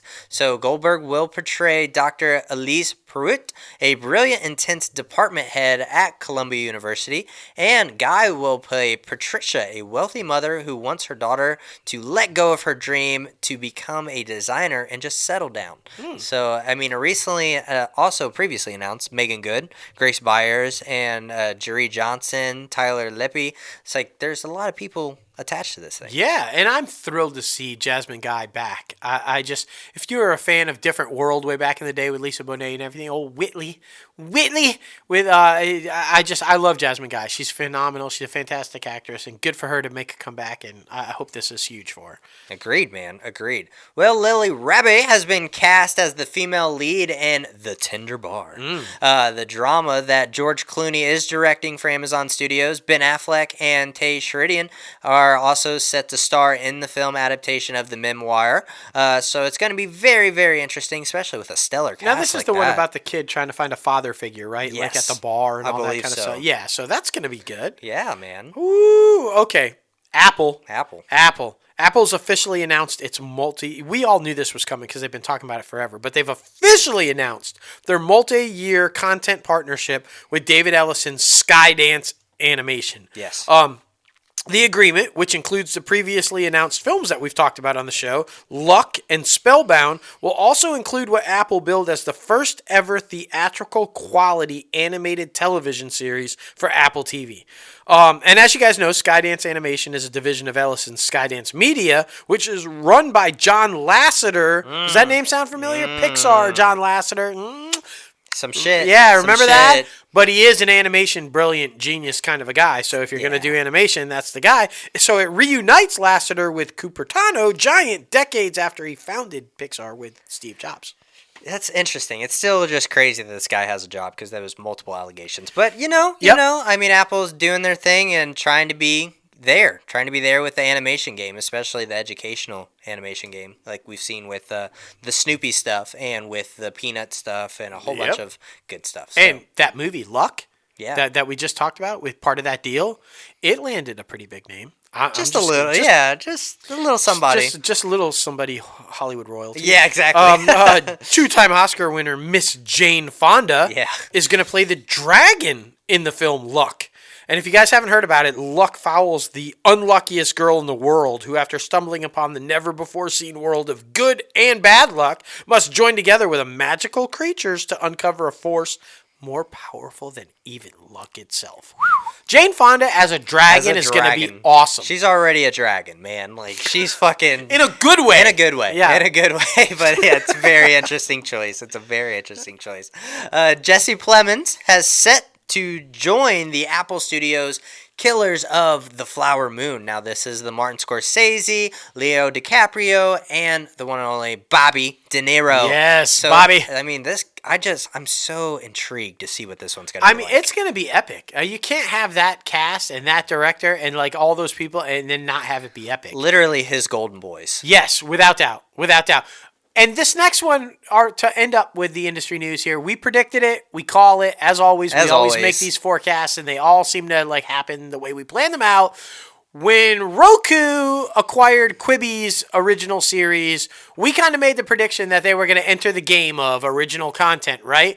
Well, they're going apparently past Quibi's original shows, and Roku is going to start gearing up to develop their own original TV shows and movies. And here's the kicker. They're going to be free. Yeah. They're going to do original content on their free Roku channel app. That's going to be brilliant. I love it. So, man, look out, guys. Look out. Roku's trying to get in the game, and they're going to do it for free. I told you. They're going to be like Apple, trying to be that one platform that has all of the different shit. But, man, it's so good. I love what Roku's doing, and I have Roku stock, and it's looking pretty good. Yes, it is. I'm just saying. Oh, man. But now it is time for the guest segment. Everybody's been waiting on it. The one and only Carol Barbee coming back on the show to talk about Dash and Lily. She did a little project in between Raising Dion Season 1 and Season 2. And, of course, she'll be talking about, she's in production right now for Raising Dion Season 2. Will Michael B. be back? Will Jason Ritter be back? I mean, so many things up in the air. And she actually answers some of our questions. Yeah, and like COVID. How is that affecting it? Like, they're shooting in Atlanta. Like, what's going on with COVID? So we'll get the details on that. You're going to love this interview. Agreed, man. Agreed. Well, here she is. Carol, Barbee, welcome back inside the Crazy Ant Farm. How are you? I am great. It's so good to be back in the ant farm. How are you guys? Oh, we're great. Even better now that you're here. That's right. That's right. So much catching up to do. You have been a very busy lady during the whole quarantine and since the last time we've talked to you. Yes, I have. I was mainly working on Raising Dion, and then I went on to and wrote for a show called Dash and Lily for Netflix, and which was just so much fun. It was a Christmas romantic comedy set in New York City. It was so lovely, yeah. And then came back to Raising Dion, and now we're finally filming. It's like it takes a long time to do these seasons, for a Netflix show, and so I've really been doing this for a long time now. It's good. Yeah, most definitely. And it seems like the relationship with Netflix is going really well. Yeah, I like those guys. I really do. They've been, my first interaction with them was the first season of Raising Dion, and just had a great experience with them developing the project, and then, just the whole thing. I've loved the experience. And so when I was in post on first season of Raising Dion, I started getting phone calls from Netflix shows and them saying, hey, Netflix says that you're almost done with post, so you might be free. And so they were sort of like pimping me out, and I was like, excellent. That's really cool, it was good. I got a bunch of calls from a bunch of really cool shows, but I just loved Dash and Lily, and I loved Joe Trace, who was the guy who was the showrunner who, created that show. And I love romantic comedies in New York City, and I was like, oh yeah, let's do this. So it was just a great show. I just kind of worked on that while I was doing post for Raising Dion season 1, and then we got picked up for season 2 and went straight on to season 2. Yes. No, that's so good to hear, because we talk about it all the time on the industry news segment. Netflix does like to, I like to call their series limited series, because they like to cancel things after the first season. But I'm so super happy that Raising Dion got the season 2, and you're able to jump on to other projects as well. It seems like a just nice big creative family. It really is. They told me when we were shooting season 1, because there was a time where I was worried. I was trying to get them to pick up season 2 quickly so that I could keep the writers' room together. Because when you have writers that you love and you have a great vibe, it's like you just don't want to lose everybody. But their schedule doesn't really work that way, and so there's a year in between things sometimes, and even if you get an early pickup, it's months out, so it's hard to keep everybody together. But I will tell you that most of the writers' room I was able to keep together and bring everybody back, and then we added a couple of awesome people that I'm just so happy to know now. So, it worked out. But when I was talking to them during season 1 when we were filming, I was trying to get them to pick us up early so I could keep the writers together. And they said, here's the thing. We're going to keep them together in a different way. We're going to try to keep everybody employed at Netflix so that they'll be available when we need them for Raising Dion. So anyway, they were cool that way. And that's certainly what they've done with me. That's they've just awesome. kept me working. So beyond just trying to keep them together for the core writers' room for the show, how difficult is that as a writer and a showrunner when you're not sure if you're going to get picked up for a second season? Like, how do you write towards that finale, like not knowing whether it's going to be the series finale or the season finale? Right. How difficult is that? Yeah, that's really interesting. I think the cool thing, when I pitched my version of the show a million years ago to get this gig, I pitched it as a version of Harry Potter where every season Dion has to do battle with the big bad. And so I had sort of scoped out in my head this idea of how that escalates, and that as Dion gets older, his powers get more advanced, and also we're saying that Dion is he's unlimited. Like he's a version of I always call him a stem cell. Like he could be anything. So and so the idea that he's only limited by his imagination and by the people who are raising him, and so with him, we can keep adding and adding and adding. So what I try to do is have every season have a theme. There's one theme that we're dealing with in that season. There's plenty of other themes that are in there as well, but really there's like the overarching idea of raising Dion is how do you raise a superhero, right? Like it's mom is superhero, even though she doesn't have powers. And so each season it's like, how do you raise a superhero? What is the challenge of that age for this mom? And so in season 2, our theme is about peer pressure because Dion's 10 years old in season 2, and his friends are starting to be a lot more influential on him. And what happens when you're a mom and your kid makes a friend who's not so good for him, who's not so nice. And so as a mom, how do you deal with that? So I try to have a theme to the season. It's like a chapter of a book. What is this chapter about? And then hopefully there's always another chapter until you get to tell the whole story. Oh, that's so awesome. I love hearing about your process, especially like we told you once before. And I mean, you've been following us on social media. We've started writing as well. So hearing about other people's process really helps us like take it in and see which way is best for us. But you brought up the big bad. We had the one and only himself, Jason Ritter, on the show. Yes, he's the best. I love him so much. Good, so good. He kind of let a little something drop. Yeah. I mean, so you kind of like hinted at. Now, so many questions. If Dion is a stem cell and can basically do whatever he wants and be whatever he wants, wouldn't Jason also be a stem cell and could kind of do whatever he wants? Like, what is the fate of that big bad guy? And so we have so many questions. We know we're not going to get any straight answers, but we're going to try anyway. Is Michael B. Jordan going to come back? Like, because he was able to manifest himself and say, "Hey guys, I'm here," sort of. So many questions. So tell us what you can, Carol. Well, let's see. Let me start with something that I think probably Jason has already told you, which is that, and I'm sure will be absolutely no secret once they start doing promos, because it's always I'm always like last time around I said, whatever you do, don't show the crooked man in the promos. And the crooked man is the poster. Yes. So it's nice. Yeah. So, and you know what? They know how to do this better than I do, so whatever. But I will tell you that Jason Ritter is back for season 2. Yes. And I have to say that I think it's pretty darn epic, and Jason does too. He started, he's shot a couple of days, but his first huge day was yesterday, and it was just epic. And we were doing the teaser. It was the teaser of the second episode. He's in the first episode, but we were shooting the teaser of the second episode where he's telling his story. Oh. He's telling you.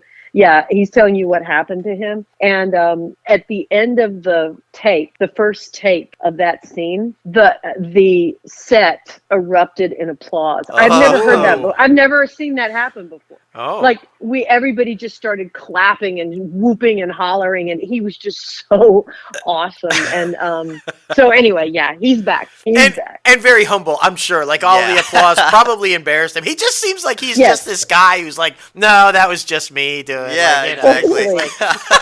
And what an overwhelming feeling I can imagine. And you're like, that's right. I said Jason Ritter. I want Jason Ritter. Yeah, I did. I said Jason Ritter from the beginning. But I have to tell you, like, because it's rare. Most people are pretty nice or whatever. Most people are people. Jason Ritter is not just anybody. He is he's truly the nicest guy. You guys have talked to him. He's like such he's such a deep and heartfelt guy. Yes. He's such a sweetheart, and he's also so normal that it's a little you're like, he's just kind of normal. Mm-hmm. But then and so I'm always like, oh, I love Jason. Jason's awesome. But then you see him work and I go, oh my God, that's right. He's Jason Ritter for a reason. That's right. I love that.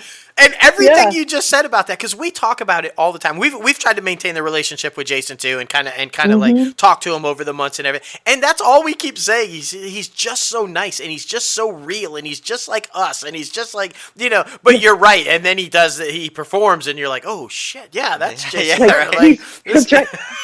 He's so much more. I know. We did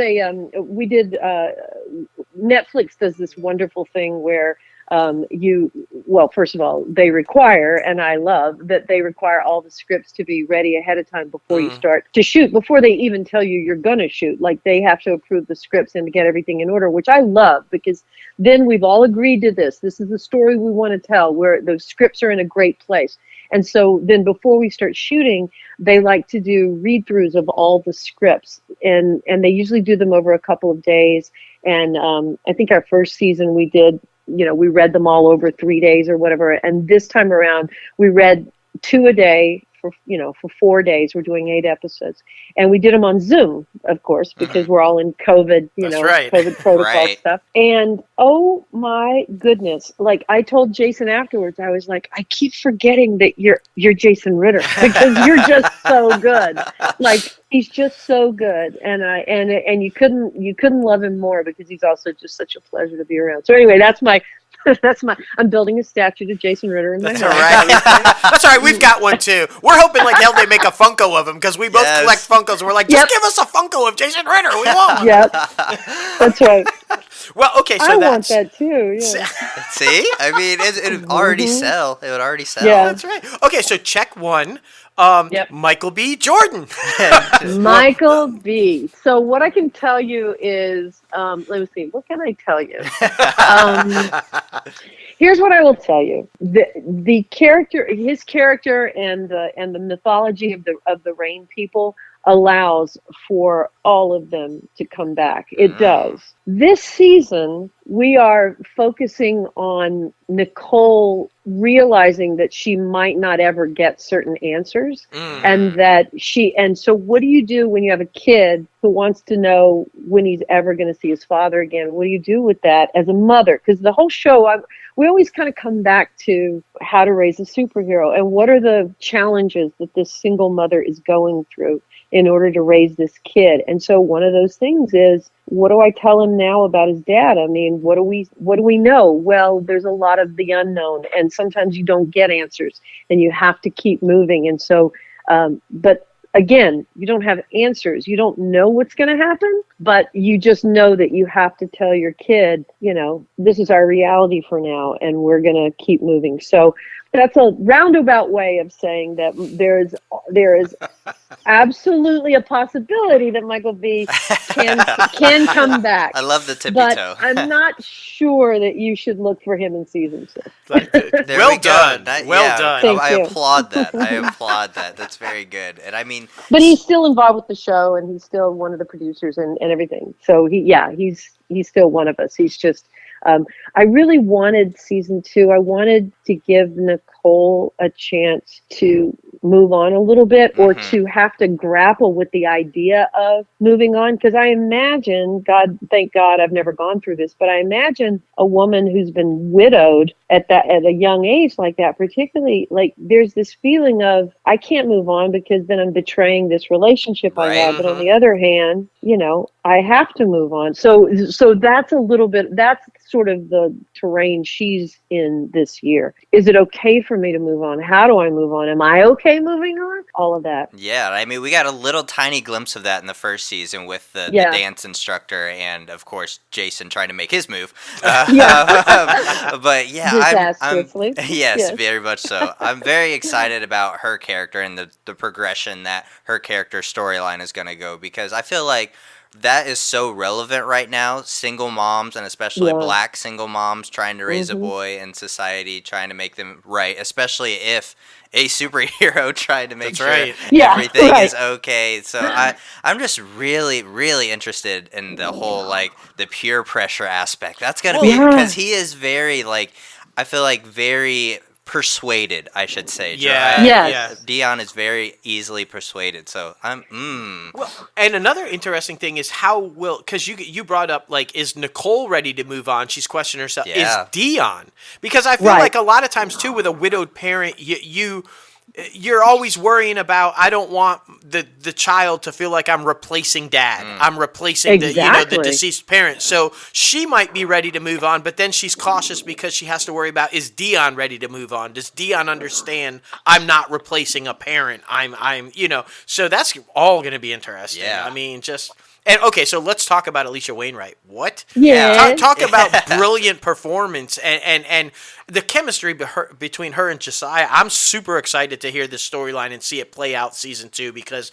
they were just phenomenal together. Weren't they? I agree with you. Like I also have a huge statue to Alicia Wainwright in my house. Yes.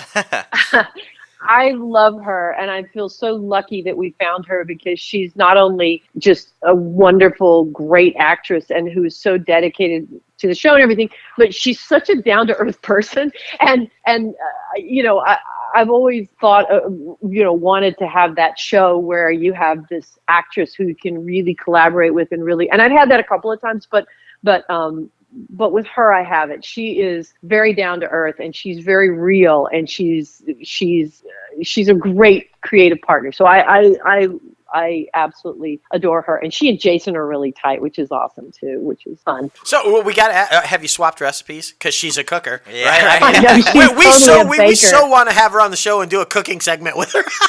You should do that. Oh my God, she would love that. She was telling me that she was going to pitch a cooking show. She brings, although with COVID, she can't because there's all these rules. But first season, she baked all the time, and we would come to the set, and there would always be baked goods on the craft services that she had made. I mean, she's really good. She's really good. That's great, and I mean, it's just making me hungry right now Exactly thinking about it. Yeah. And speaking of COVID, you brought it up. How is all that going with production and stuff? We know there's different phases. You have to like check in and get your temperature and stuff. How's all that going right now? Is it a change of pace or? Yeah, you know what? Honestly, for me, it's so much better than I thought it was going to be because when I first understood that we were going to start back and there would still, I was like, we can't start back until there's a vaccine and everybody has it. Like, that's just not going to happen. But then we did start back. We got them to start us back a little later than they wanted to because we were I wanted to push it till after the Christmas holidays because at first they wanted us to start before the Christmas holidays. And I was like, everybody's going to fly out and then we're all going to have to quarantine and we're going to, so we came to let's do it at the beginning of January, but it's working really well, knock wood. I don't want to jinx this, but like the COVID protocol thing is no joke. Yeah. Netflix has a COVID team and with like serious scientists. I'm not even kidding you. Like the first time I was on the first COVID team Zoom or whatever with Netflix, and there was like all these people on the thing, and they were like, okay, our team is going to explain to you blah blah blah, and you can ask questions. And I'm looking on the Zoom, and I'm thinking to myself, isn't that the what do you call him? God, not the Attorney General. I want to say Attorney General. What do you call it? The doctor. Oh, the Surgeon General. Yeah, I was like, isn't that the Surgeon General? I'm saying to myself. So I look him up online, and sure enough, it's Vivek Murthy, I think is his name, and it's like, and I'm like, that was Obama's guy, and now he's going to be Biden's guy, and now he's telling me about raising Dion. So they have like this no joke group of people that were giving us direction, and then we have an embedded team here with us in Atlanta. And so, yes, you drive on the lot, and the first thing you have to do is go through a checkpoint, and they take your temperature and ask you questions and give you an armband. And then I'm in the red zone. We're all in zones. Right. So I'm in so that if somebody has an outbreak, they can really trace it and figure out and shut down whatever area needs to be shut down. Right. But I'm in the red zone because the actors can't wear masks when they're working. And so anybody in the red zone, we get tested 3 to 5 times a week. Some days I've been tested twice a day. I mean, they are, and we wear masks and goggles and face shields. And, it is the whole thing. We wear contact tracers. So they're really on it, and weirdly, I feel pretty safe. In terms of how long it takes us to film and everything, there is an added amount of time to that, just because the actors, you have to, in between takes, they have to get their PPE back on, and all of that. And they have these little pods that they have to go hang out in. Yeah, They can't. Do you know about the pods? Yeah. Oh my God. Oh my goodness. We were reading through all of the stuff because we're getting ready to shoot a short film, and so we're going through all of this stuff and going through, and yeah, with all the zones and the PPEs and the safety supervisors and how the food has to be handled and like all these different things. And I'm like, wow, this is really intense. My highlighter like ran out like crazy. 3 times, like what? Trying to figure it all out. But so it's really interesting to hear somebody talk about it, you know, and how it is, and like so. Yeah, I think because when we start talking about it about with our friends and family, and you're talking like zones and pods, and you can tunnels, and you do this and that. They're like, what? Like, what? So yeah, it's so cool to hear talk about it. Man, how's the cast dealing with it? Are they all on board and feeling good about it as well, like you are? I think so. Now that they're all here, I know that we all had a lot of trepidation about coming back to work and flying to Atlanta. At the time they picked us up and told us what our dates were going to be, Atlanta was sort of like the COVID hotspot. It's no longer, you know, but at the time it was, so it didn't sound like a great idea to anybody. But everybody wants to be here so much, and there were a couple people who had, like, I mean, I'll just tell you, Jasmine Simon, who plays Kat. Jasmine had a baby, and her baby's little, and her husband is Dule Hill, and he works all the time, and she has a daughter who's like a volleyball star in LA, and like literally a star, and so she was like trying to figure out how to have her whole family come together, because it's not like you can just fly in and fly out and go do your thing. You can't do that. And so we were trying to figure it out. And I was like, I understand why anybody would opt out of this whole thing. I get it. Like I've told other actors too. I was like, I totally get it. And if you decide you don't want to do this, we will see you in season 3 if we get one. But I don't blame anybody for not wanting to take these chances. But these are the rules when we're here. We can't fly in and out. We can't, you know, all of that. And, you know, of course, Jasmine and her family were wonderful, and she's here with us, and she's amazing, and her family's amazing. So it's like, but these are serious issues that people have to deal with. It's like, what do I do about my children? What do I do about my husband? What do I do? You know, it's tough. Absolutely. Because we can't just come in and out. But I think that your approach, like you saying, hey, if you're not okay with this and it's just not going to happen, we'll see you season 3. That type of an attitude, that type of an approach towards, I think that's why everybody wants to work with you. And I think everybody was like willing to take the chance. Because no, seriously, like how many showrunners or how many people would be like, hey, if it's just not going to work, that's okay. We're not getting rid of you. You can come back when you want to come back. I mean, a lot of people would have said, sorry. I mean, this is what we're going to have to do, and we're going to recast or do whatever we got to do. So much props to you for being able to handle the situation the way you've handled it. Well, thank you. You know, I'm a mom before I'm anything, and you know, this whole show came about you know, sort of from my heart of being a mom, and it's this idea that, like, oh my God, I didn't want anybody to have to put themselves at risk or their families at risk or any of that. But luckily, now that we're here, I don't feel like we're at risk. I really don't. I feel like we are, you know, anything could happen, and I don't want to jinx this, but for the most part, it feels like everybody's taking it super seriously, and certainly the production is, and certainly Netflix is. So I think we're okay. That's good. That's good to have that comfortability, because I mean, that's one of the things I'm most terrified about, because this would be my first time on set during all of this crazy stuff, and I'm just like, I don't know what to do. That was true. He's never been on a set before. He's never been on a set.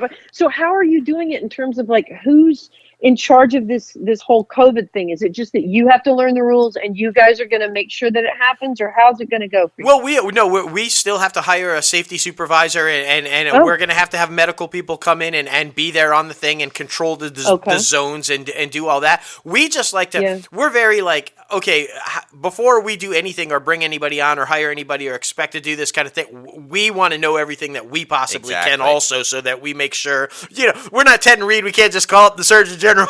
Yeah, right. Yeah, exactly, right? So before we bring people in, we got to make sure we know at least what we're looking for and educate ourselves as much as possible. So Yes, yes. yeah. But it's very interesting. It's a very interesting time. And I mean, speaking of that, how's your mental health been during all of this? Because this has been mental health is going to be a huge topic on the podcast for the next while. I mean, we wanted to start the year with that because of everything that's going down. So how's your mental health been, especially being, I mean, sometimes locked at home, locked away from everybody else, but now out and about, back in the fresh air, rest of the world. Back in the fresh air. You know what? That is a really good question. Thank you for asking that, and thank you for bringing up that topic, because I really do think the more we can talk about this, the better. I really do. I mean, on the one hand, I was lucky that when COVID hit, we were 8 weeks into our writer's room for season 2. Mm-hmm. And so, and it was out of a 20-week writer's room. So we were 8 weeks in, and we had been hearing about COVID, but it was still sort of far away. It seemed sort of like a European problem. And then, but enough that we knew about it. And then our writer's assistant came down with a fever, and so I got that information right when we were getting to the office one morning. And so at first I thought, okay, you know what, we'll see how this goes. That was my first thought. Mm-hmm. And then my second thought was, no. And so the minute I told everybody that our assistant had a fever, everybody got like really scared. Oh yeah. Oh my goodness. So go get your stuff, and we're all going home, right? And we will be in. And I was like, go home and log on. Here's what we're gonna do. We're gonna Zoom. And what was interesting is that, okay, you asked me about mental health. I'm gonna tell you another thing. But we had a wonderful writer who we were able to hire this year because she was in New York, and she's this amazing playwright and amazing writer. Her name's Tanya Barfield, and she's just so wonderful. But she couldn't come to LA for personal reasons. There were things going on. She couldn't come to LA. And she was a Raising Dion fan, and she's such a great writer. And we really wanted her. And I finally talked Netflix into letting her Zoom in, like be on the, to be on the wall. This is before COVID. Mm-hmm. And so I was like, I had been on one other writer's room where there was a writer who Skyped in or whatever. Mm-hmm. And it's weird, but whatever. And I was like, she's amazing. Please, please, please. So we finally talked them into it, and we hired her, and she's amazing. So she was with us, and she was Zooming in every day. And then that day came, and it was like, we're all going home, and we all became Tanya Barfield. Right. And Tanya was just one of us. And it was, but I think because we had already been doing that with Tanya. So, it was, I feel lucky mentally because I was just working the whole time, and I had a lot to do. So I didn't feel what a lot of my friends, and frankly, my children, my kids, lost their jobs and they were just trying to get their careers going, and it's like everything shut down. And so, and their they're young, so they're like, they should be with friends, they should be out, they should be doing things. Right. So I really felt for them, and quick answers. I've been pretty much fine, but because I've been busy, but boy, I understand how. I've just seen it through my kids. I just worry about them and, them being able to establish their careers and get on with their lives and see their friends again, Right. I had a cousin that graduated last year, and they couldn't have a ceremony, and I felt so bad for him because, that's one of the most, honorable, awesome moments for your family to come celebrate you, excelling in school, and he was in the honor society, and so I just feel so bad for those kids who just couldn't walk on stage and get their diploma. Right. So I completely understand. At the beginning, we were like, yes, we finally get some time, right? Which we did. We knocked out 4 or 5 episodes. Yeah, that's right. So it was really amazing.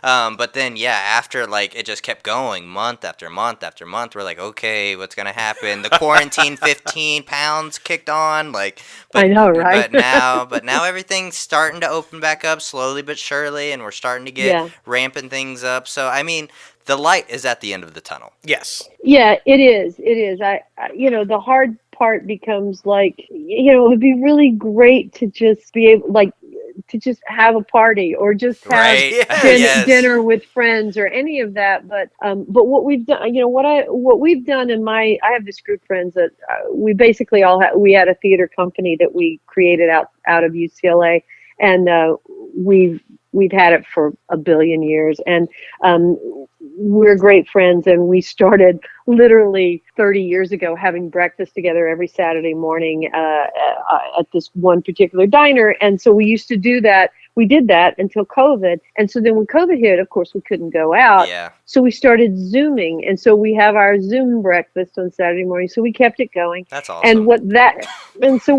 did was it allowed people who lived in other states and frankly other countries to Zoom in and be there with us in a way that they could never come to the diner because they knew we were. So, there are gifts to this whole thing. I don't want to say it's been good. It hasn't, right. But there are gifts to it. And I don't want to miss those gifts along the way too. Right. Exactly. Well, we're doing something new since the last time you've come on. So be prepared. Oh, no. Right. Oh, no. Get ready. The first one is we like to have our guest explain a situation or tell a story of when they were on set one time and something embarrassing happened to them, and now they can finally live through that story and laugh about it. Or maybe in your case, the writer's room. Yeah. Your most embarrassing time in the writer's room. Oh my God, there's been many, and the hard part about being the showrunner is I have this thing of oh my God, I can't show weakness, I can't be an idiot, I will tell you that there used to be a sort of semi ritual that the writers' rooms that I would on shows that I would run would somehow eventually realize that I had been an actor at some point in my life, and somebody would come in with footage of with a DVD or whatever. And I will just tell you right now, you don't need to look for it, but it is there. I had a baby on Beverly Hills 90210, the original, and so there's this episode where there was an earthquake, and I got stuck in an elevator with Jason Priestley, and with a girl who was dating Jason Priestley on the show, and that was the story, that I was stuck in there with them, and I was pregnant, and Jason Priestley ends up, or Brandon, I guess was his name, ends up delivering my baby. So wow, clip, yeah, oh yeah. So that clip has come into my writer's room so many times. They're like, hey, let's watch Carol have a baby on 90210. Hey, great. Not many people can say that Jason Priestley / Brandon delivered their baby, though. I mean, that's a claim to fame there. That's pretty. Totally true.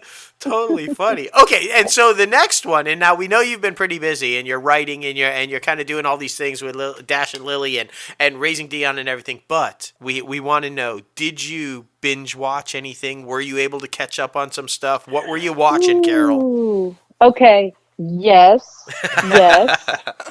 What did we watch? Okay, I'm a big Great British Bake Off person, so I watched all that, and then I've done the things that you're supposed to do, oh God, now all the words are just flying out of my head. All the prestige shows, I do that, and right. but I'm going to tell you right now, I'm in Atlanta right now shooting, and it's just me and my dog in my little apartment, and I come home and I am going crazy over Catfish. I don't know why. I started watching Catfish, and so I'm kind of binging Catfish at the moment because I saw the movie a long time ago and loved it, but I'm so now I just feel like I'm living in Atlanta with Neve. That's what I think happens. That was unexpected. That was an unexpected answer. Not expecting that. Right? That's so great. I was expecting Bridgerton. I've watched Bridgerton. I watched Queen's Gambit. I watched I've done it. I really have. I've done my thing, but I think that because when I'm working and I just want to come home and not think about much of anything. Yeah, I understand that. Sometimes the hard, I write drama, but sometimes that's not off time for me. If I come home and I'm just I just want to veg, I watch HGTV and I watch that. There you go. Nothing wrong with that. Nothing wrong with that. Are you a Property Brothers fan? Like, I am a Property Brothers fan. I'm a Fixer Upper fan. I'm an everything fan. It's ridiculous. There you go. There's a show called Hometown, and it's set in this little teeny city in Mississippi. And the guy on the show reminds me so much of my brother that I feel like I'm hanging out with my brother. So I'll call my brother all the time. And I'm like, I keep telling him, you have to watch the show. And he's like, stop it with the show, That's Carol. so Stop funny. It. We're from very close to there. Remember, we were started off down in Biloxi, and it's like literally right up the road from there. So yeah, we're huge fans of that show also. So. All right, good. Laurel, Mississippi, right? Yeah. Watch it at dinner time. It's great. Yeah. That's true. love it. Okay, so a favor. I'm going to ask you a favor, Carol, because I feel like, myself and Logan, we respect you very much. And I think when you say something, we believe you and we trust you. And so I'm going to ask you to tell Logan that staring at the season will not make him an ultimate chess player. Like, because since Queen's Gambit, he just keeps looking at the ceiling and he's like obsessed with chess. And so I like, Carol, there you go. Carol, tell him it's not going to work. Do you want me to help him step back from the edge? Yes. Yeah. Please, Logan. It's Okay. not going to happen. I'll try. Just go back to home TV later, home and garden. Oh my goodness! But I'm so thrilled that you came back on and talked to us because you're always just a blast to talk to, and you're honestly one of my favorites. I know you're probably one of Dustin's favorites as well. Absolutely. So I thank you so much for taking time out of your busy schedule to talk to us. And you know what? Of Like course. this whole interview, I'm sitting there, I'm thinking, and it just clicked into my head what she said at the very beginning when she was teasing about raising Dion, about friends that come into the situation that might not necessarily be good influences and may persuade bad things. And you remember there was that little guy at the end of season 1 that might be pretty questionable. Could that possibly be a friend that comes into Dion's space there, Carol? Oh, yeah. You are a very smart man. I'm just saying. Well, we've been working on that writing stuff, Carol. We're trying. Yep. It's like, oh, why did they end the show with that kid? Uh-huh. I mean, yeah, there you go. No, oh my God, that little kid, his name is Griffin Faulkner. He is so great. And look out for that because, if you remember, the crooked energy went into him. Yes. So, there you have it. And whether that crooked energy is Jason or not, we don't know, but we do know Jason's coming back, so we'll figure all that out. All the good stuff. That's exactly right. Oh my goodness. Well, yes, thank you again for coming on the show because you're amazing. Like we already said multiple times, Thank you. Of course. And we'll be reaching out soon because we got some things going on that we might want you a part of because you're amazing. I'm always happy to be a part of anything, and I'm not even kidding. I'm so impressed and so excited about you guys doing a short film. I mean, honestly, I've never done that, and I am so in awe of people who do that. So I'm excited to hear about that and hear how it goes. Well, awesome. We'll have to have you back on and we'll talk all about it. Okay, good. Because we're going to have you back on once it all hits with Raising Dion because we're going to have so many things to talk about. So Good. Well, as always, you are an absolute gem, an open invite, Thank obviously, you. whenever you want to come back on. For Thank any you. reason whatsoever, we're going to say yes. Thank you. You guys are awesome. It's great talking to you again. Now I feel like I'm hanging out in Atlanta with you guys and Neve. Yeah. Well, we're riding out COVID right up the road from you. We're in Charlotte, so we're just a couple hours away from you right now. Yeah. So. I'm from Concord, right? Like like we talked about before. Yep. So we're like right there. So you are technically hanging out with us. That's fine. It's I am. Well, listen, we're gonna let you go and have a great night, and just thank you so much, and take care of yourself. And enjoy your catfish. Yes. Thank you so much. Okay. Bye, guys. All right. Bye-bye. Bye. Bye. Oh my goodness. She is just absolutely phenomenal. She is. She's so fun. And it's so fun because she was talking all about how real Jason is and how real Alicia is and everything. But how about how real Carol is? Carol is just like the most down-to-earth, mom-first, family, like just so genuine, and she's awesome. Well, yeah, and like you said, I'm not sure you would come across many showrunners that would be like, no, it's okay. We'll have a spot for you next season. They'd be like, nope, recasting time, deuces. Exactly. And I like how she pulling a little power. She's like, I really want this writer. Yeah, exactly. Season 1 was a hit. I'm just saying. Let's make that happen. Exactly. I love that. She's I don't know. It's Exactly. She's amazing, and thank you so much for coming on the big 150th episode, Carol. We love you. Thank you again, Carol, for coming on the show. All right, now it is time for the top 5 segment, man. Yes. Super excited about this one, not only for the actual top 5, and which we'll discuss here in a second, but we have the one and only, our forever guest, Rebekah Kennedy, back on the show. 11th time, Rebekah. 11th time. Amazing. Thanks for having me. Of course. You know we can't do a huge episode without you. It's just not allowed.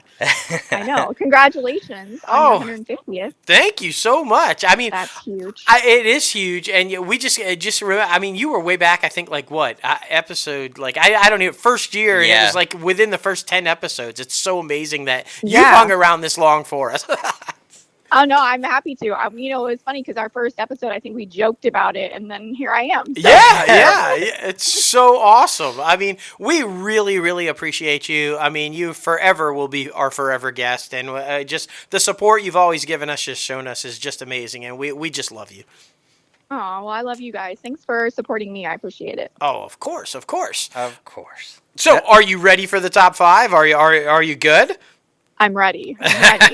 This was a tough one, though. It was a tough one. Top 5 sports they're all figures. Tough. I mean, I feel like you're picking, if you pick this person, it means, I always got to preface it like, it doesn't mean these are my only favorites. Right. And your famous line is, these aren't really in any particular order. I just have 5. That's right. All right, well, the category, we haven't even said the category yet, have we? Yeah, top 5 sports figures. Yes. Top 5 sports figures. And of course, our forever guest gets to go first. Yes, so number 5, Rebekah.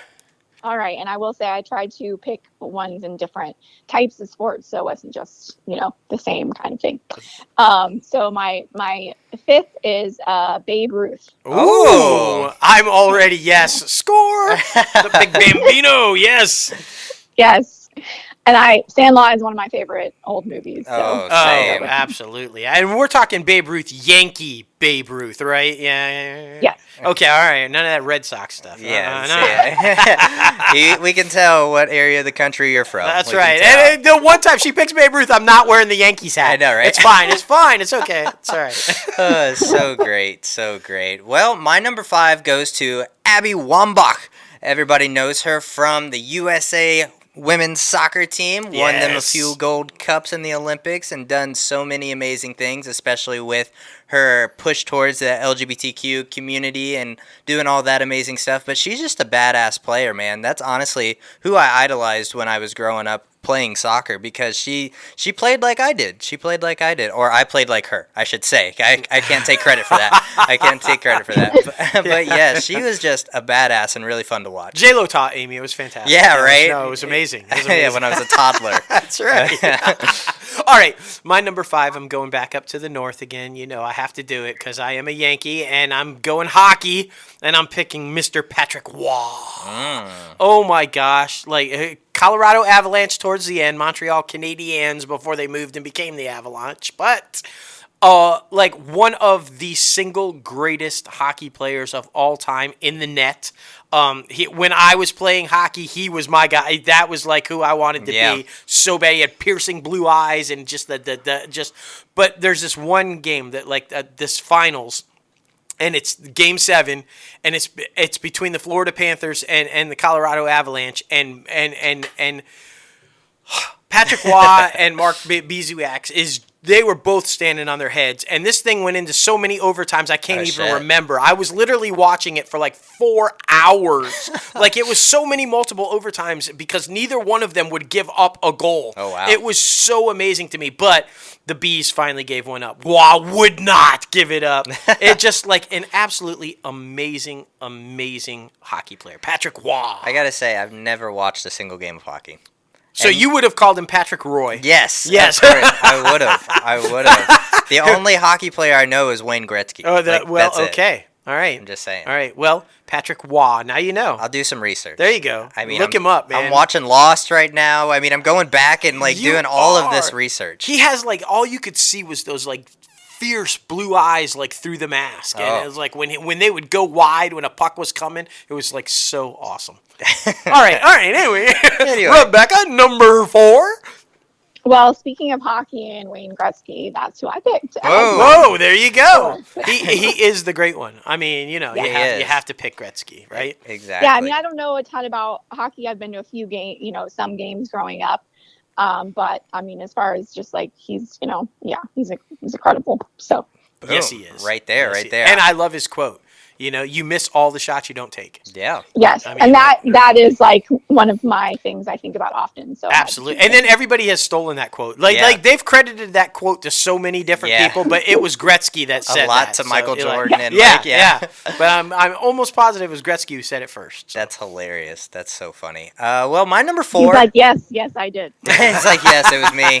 It was me. I'll take credit for that. Thank you for clarifying that. Oh man. Well, my number 4, I'm still sticking with soccer because that was one of my favorite sports to play, and of course you idolize people that you're doing things with. Goes to Cristiano Ronaldo. Oh man, this guy is literally the best soccer player.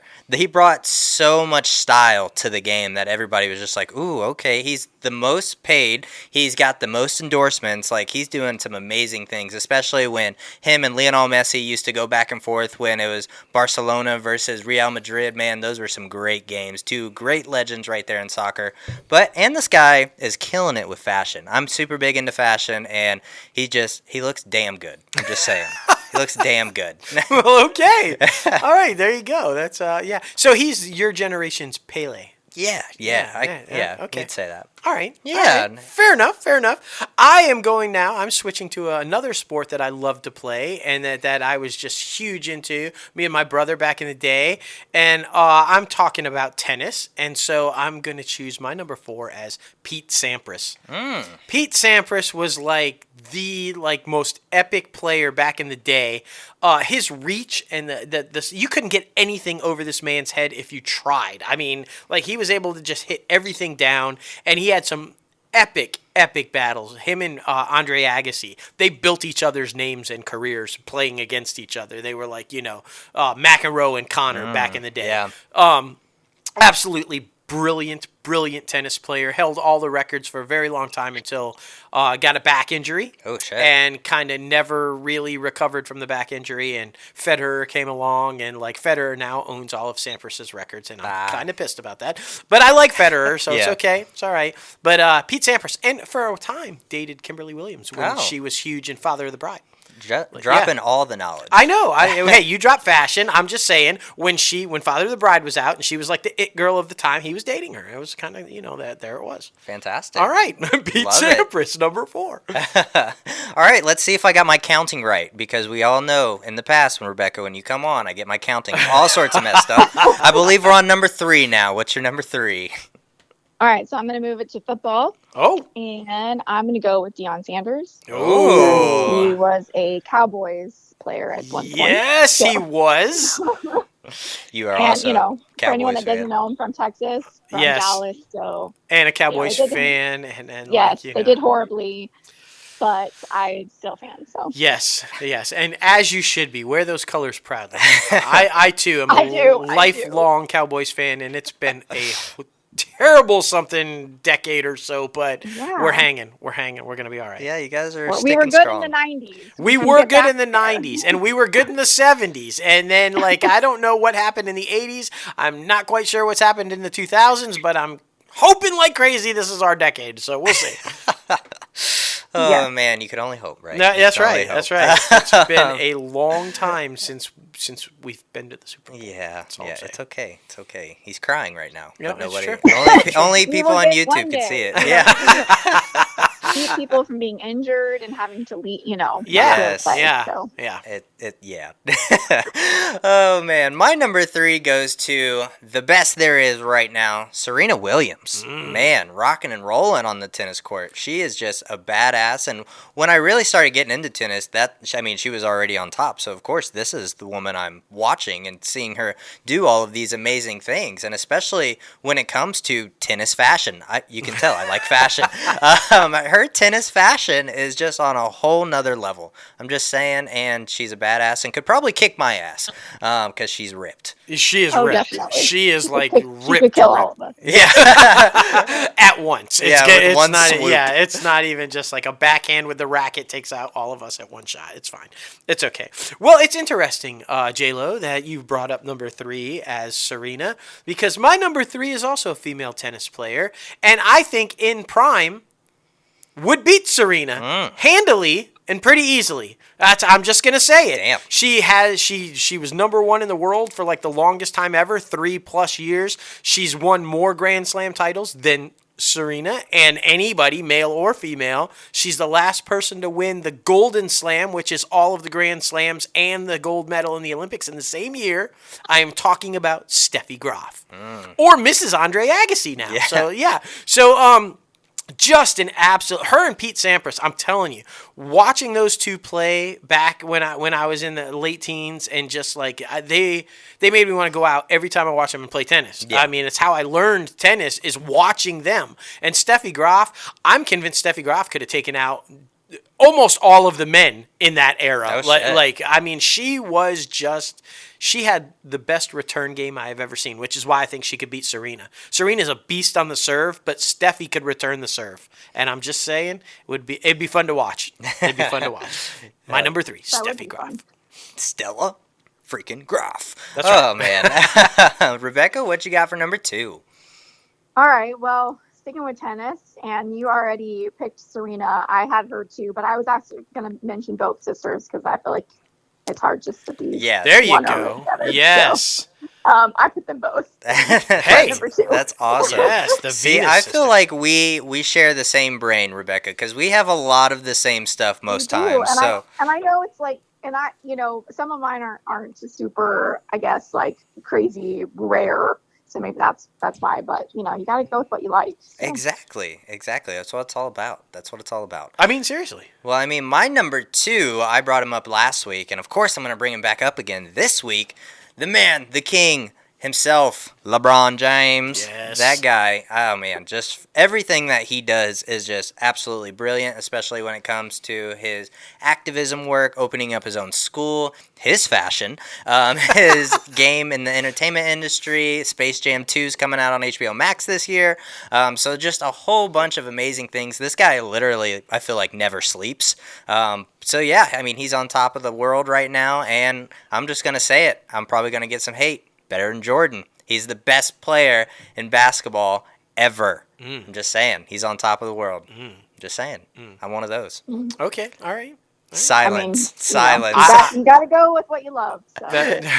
I'm sensing disagreement there on Rebecca's part, but hey, that's all right. It's okay. It's fine. It's Fine. okay.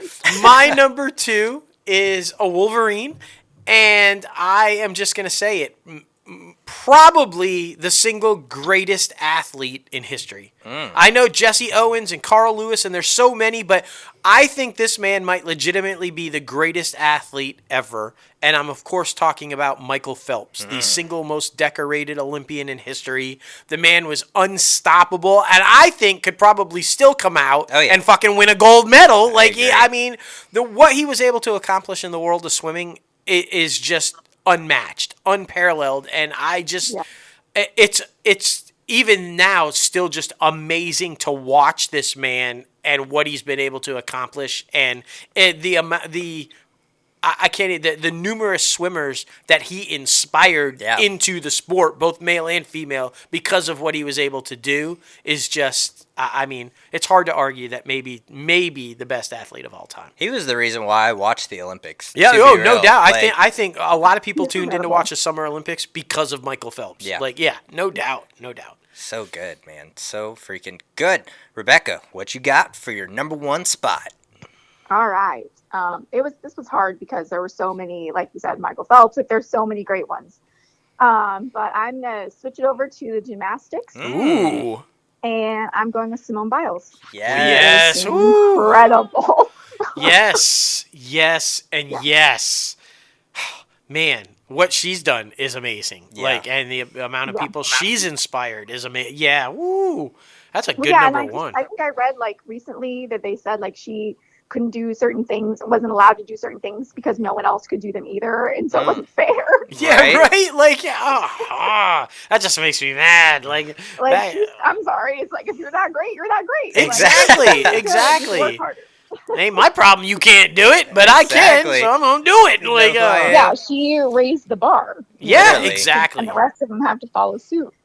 So. I completely agree. Completely agree. She's always an amazing athlete to watch. My number 1 goes to Tony Hawk. Oh. I love freaking extreme sports like dirt bike, fucking snowboarding, snowmobiles, like all that stuff. When the X Games comes on, I am glued to that television. But Tony Hawk, because, I mean, he completely took skateboarding to a completely different level, turned it into pop culture basically after its failure in the 70s with just kind of riding the concrete. But I mean, this guy is absolutely amazing, and especially with the attitude. He is such a humble guy, so nice. He's really just a big kid, and so that's why I really like him, and that's why I always like to watch him perform, because you knew that you wanted him to do well because he was such a good person and always gave back to the people around him and the people he didn't even know. So, yes, my number 1, Tony Hawk.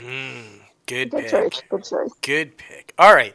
My number 1, your description is almost exactly how I would describe my guy. Just a big kid at heart and generous and giving to all those around him, and continues to be that way this day. But I've chosen because I feel like he's the epitome of the underdog. His entire career, starting from high school all the way up through college and into the pros, and I'm doing football, he was told, you're too small, you're too slow, you're never going to make it, you're not big enough, you're not strong enough, it's never going to happen. And now he's the greatest of all time, and I don't think it's going to be caught for a really, really, really long time. I'm talking about, of course, Mr. Cowboy, Emmitt Smith, as he is definitely my number 1. This is a guy who took all of that, you can't, you won't, and said, hey, yes, I fucking will, and I'm going to be, he wrote it down. He's got that piece of paper that he wrote down in high school, the all-time leading rusher in the NFL. That was a goal that he had from day 1, and boom, there it is. And he did not stop until he got it.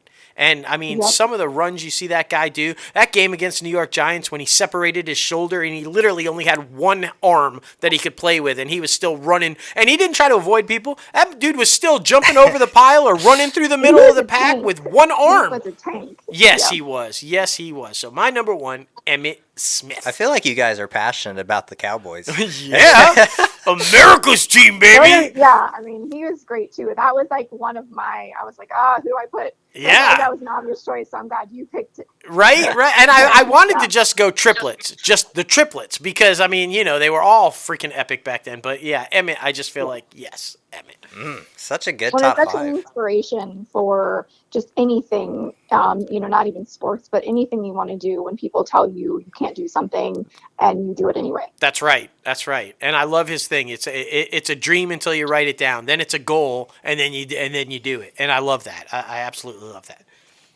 So freaking good, man. All you people out there listening to the Top 5 segment, what are your top 5 sports figures? Who do you idolize most that plays sports in the entertainment world? We want to know. Be sure to comment in our YouTube description, either on YouTube, Apple Podcasts, Spotify, Google Play Music, all those places where you can listen to your podcast, or reach out to us over social media, because we love the fan interaction, and it's all about connecting with people in this day and age. So definitely. It's so good, so good. Well, Rebekah, what do you have going on right now? Yeah, what you been up to?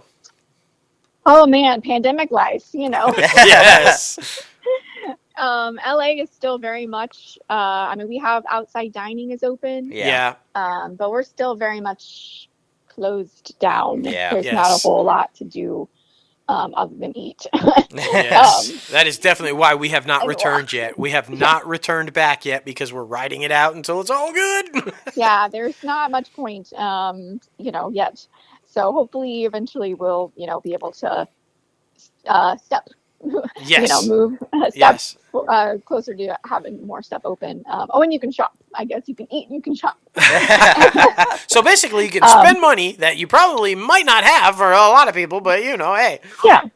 And stuff is filming, starting to film again, which is hopeful. Yep. And I, speaking of just things from doing, we had a segment at one point where we did our top 5 books. Yes.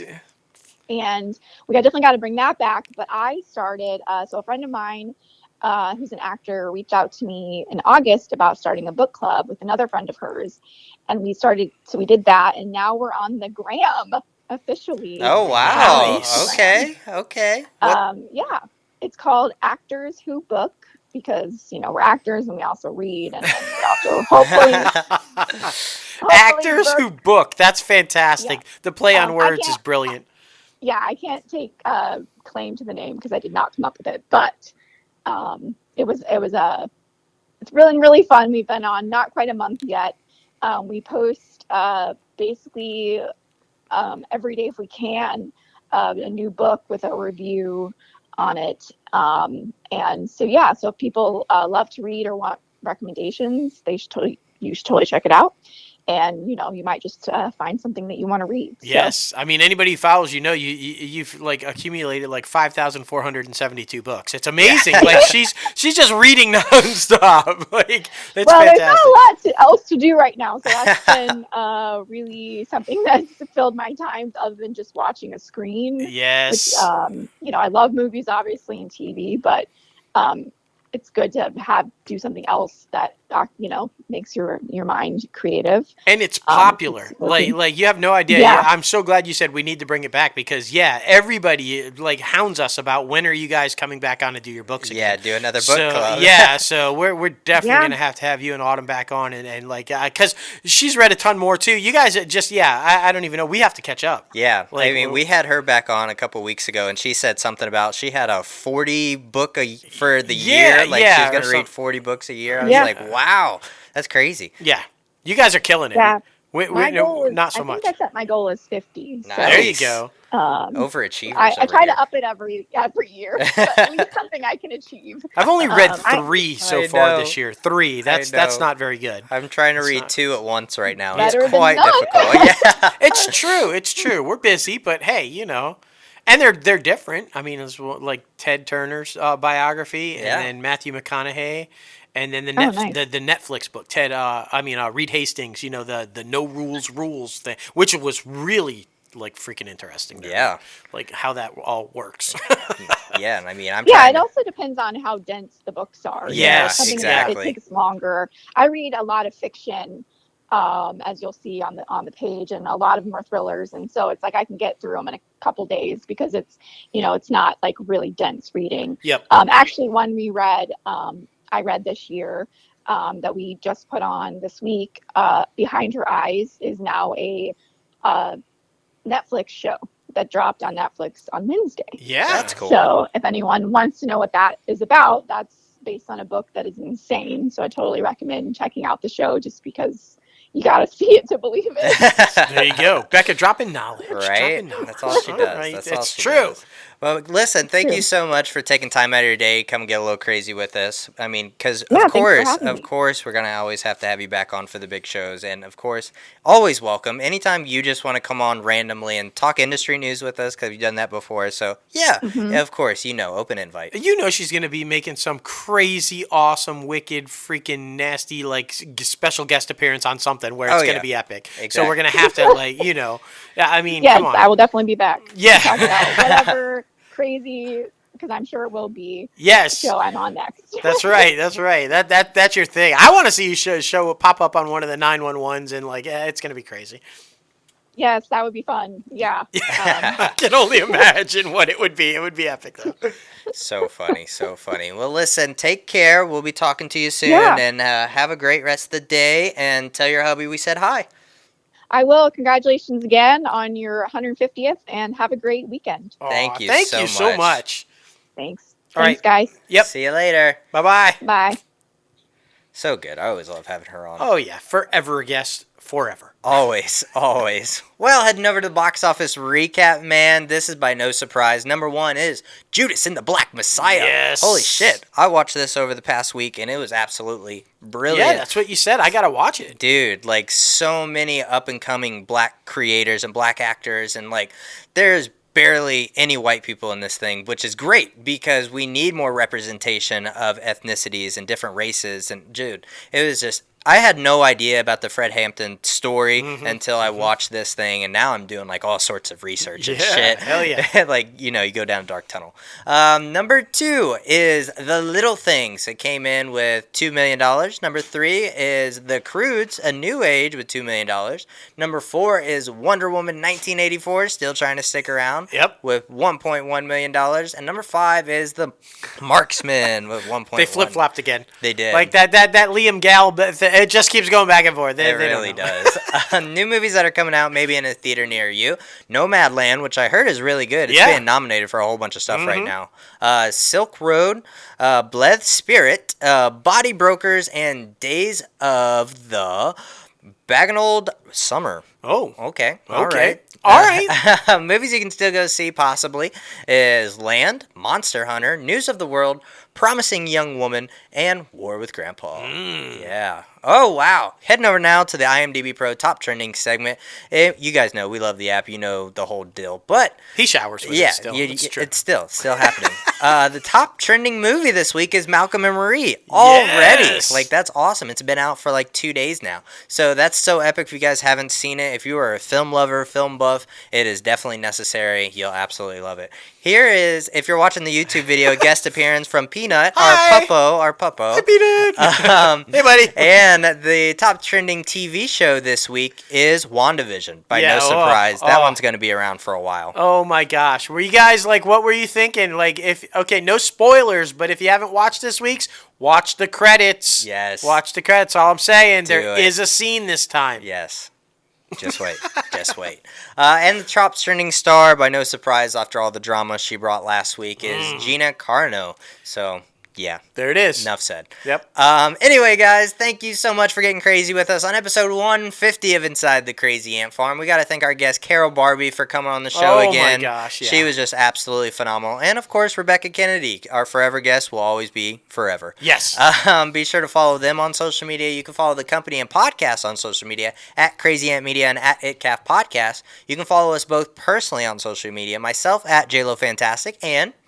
Crazy Ant Guy 1970. I'm like, wait a minute, what's my name? Oh my God. And of course, you guys know you can subscribe to this podcast anywhere you listen to your podcast: Anchor, Apple Podcasts, Spotify, Google Play Music, iHeartRadio, Podbean, Stitcher, and so much more. If you're watching us on YouTube, hello. Hi. You saw Peanut the crazy dog. Yes, and Peanut of course, the crazy dog. Like the video, subscribe to the channel, and ring that bell for all the crazy notifications, guys.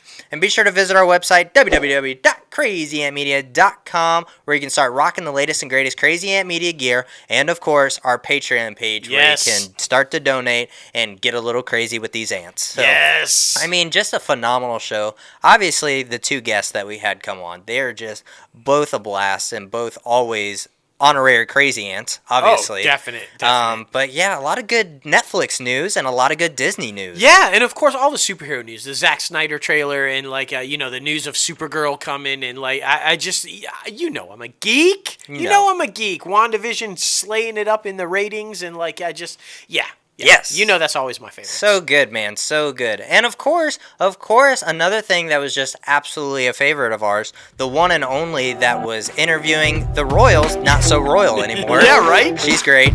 Oprah!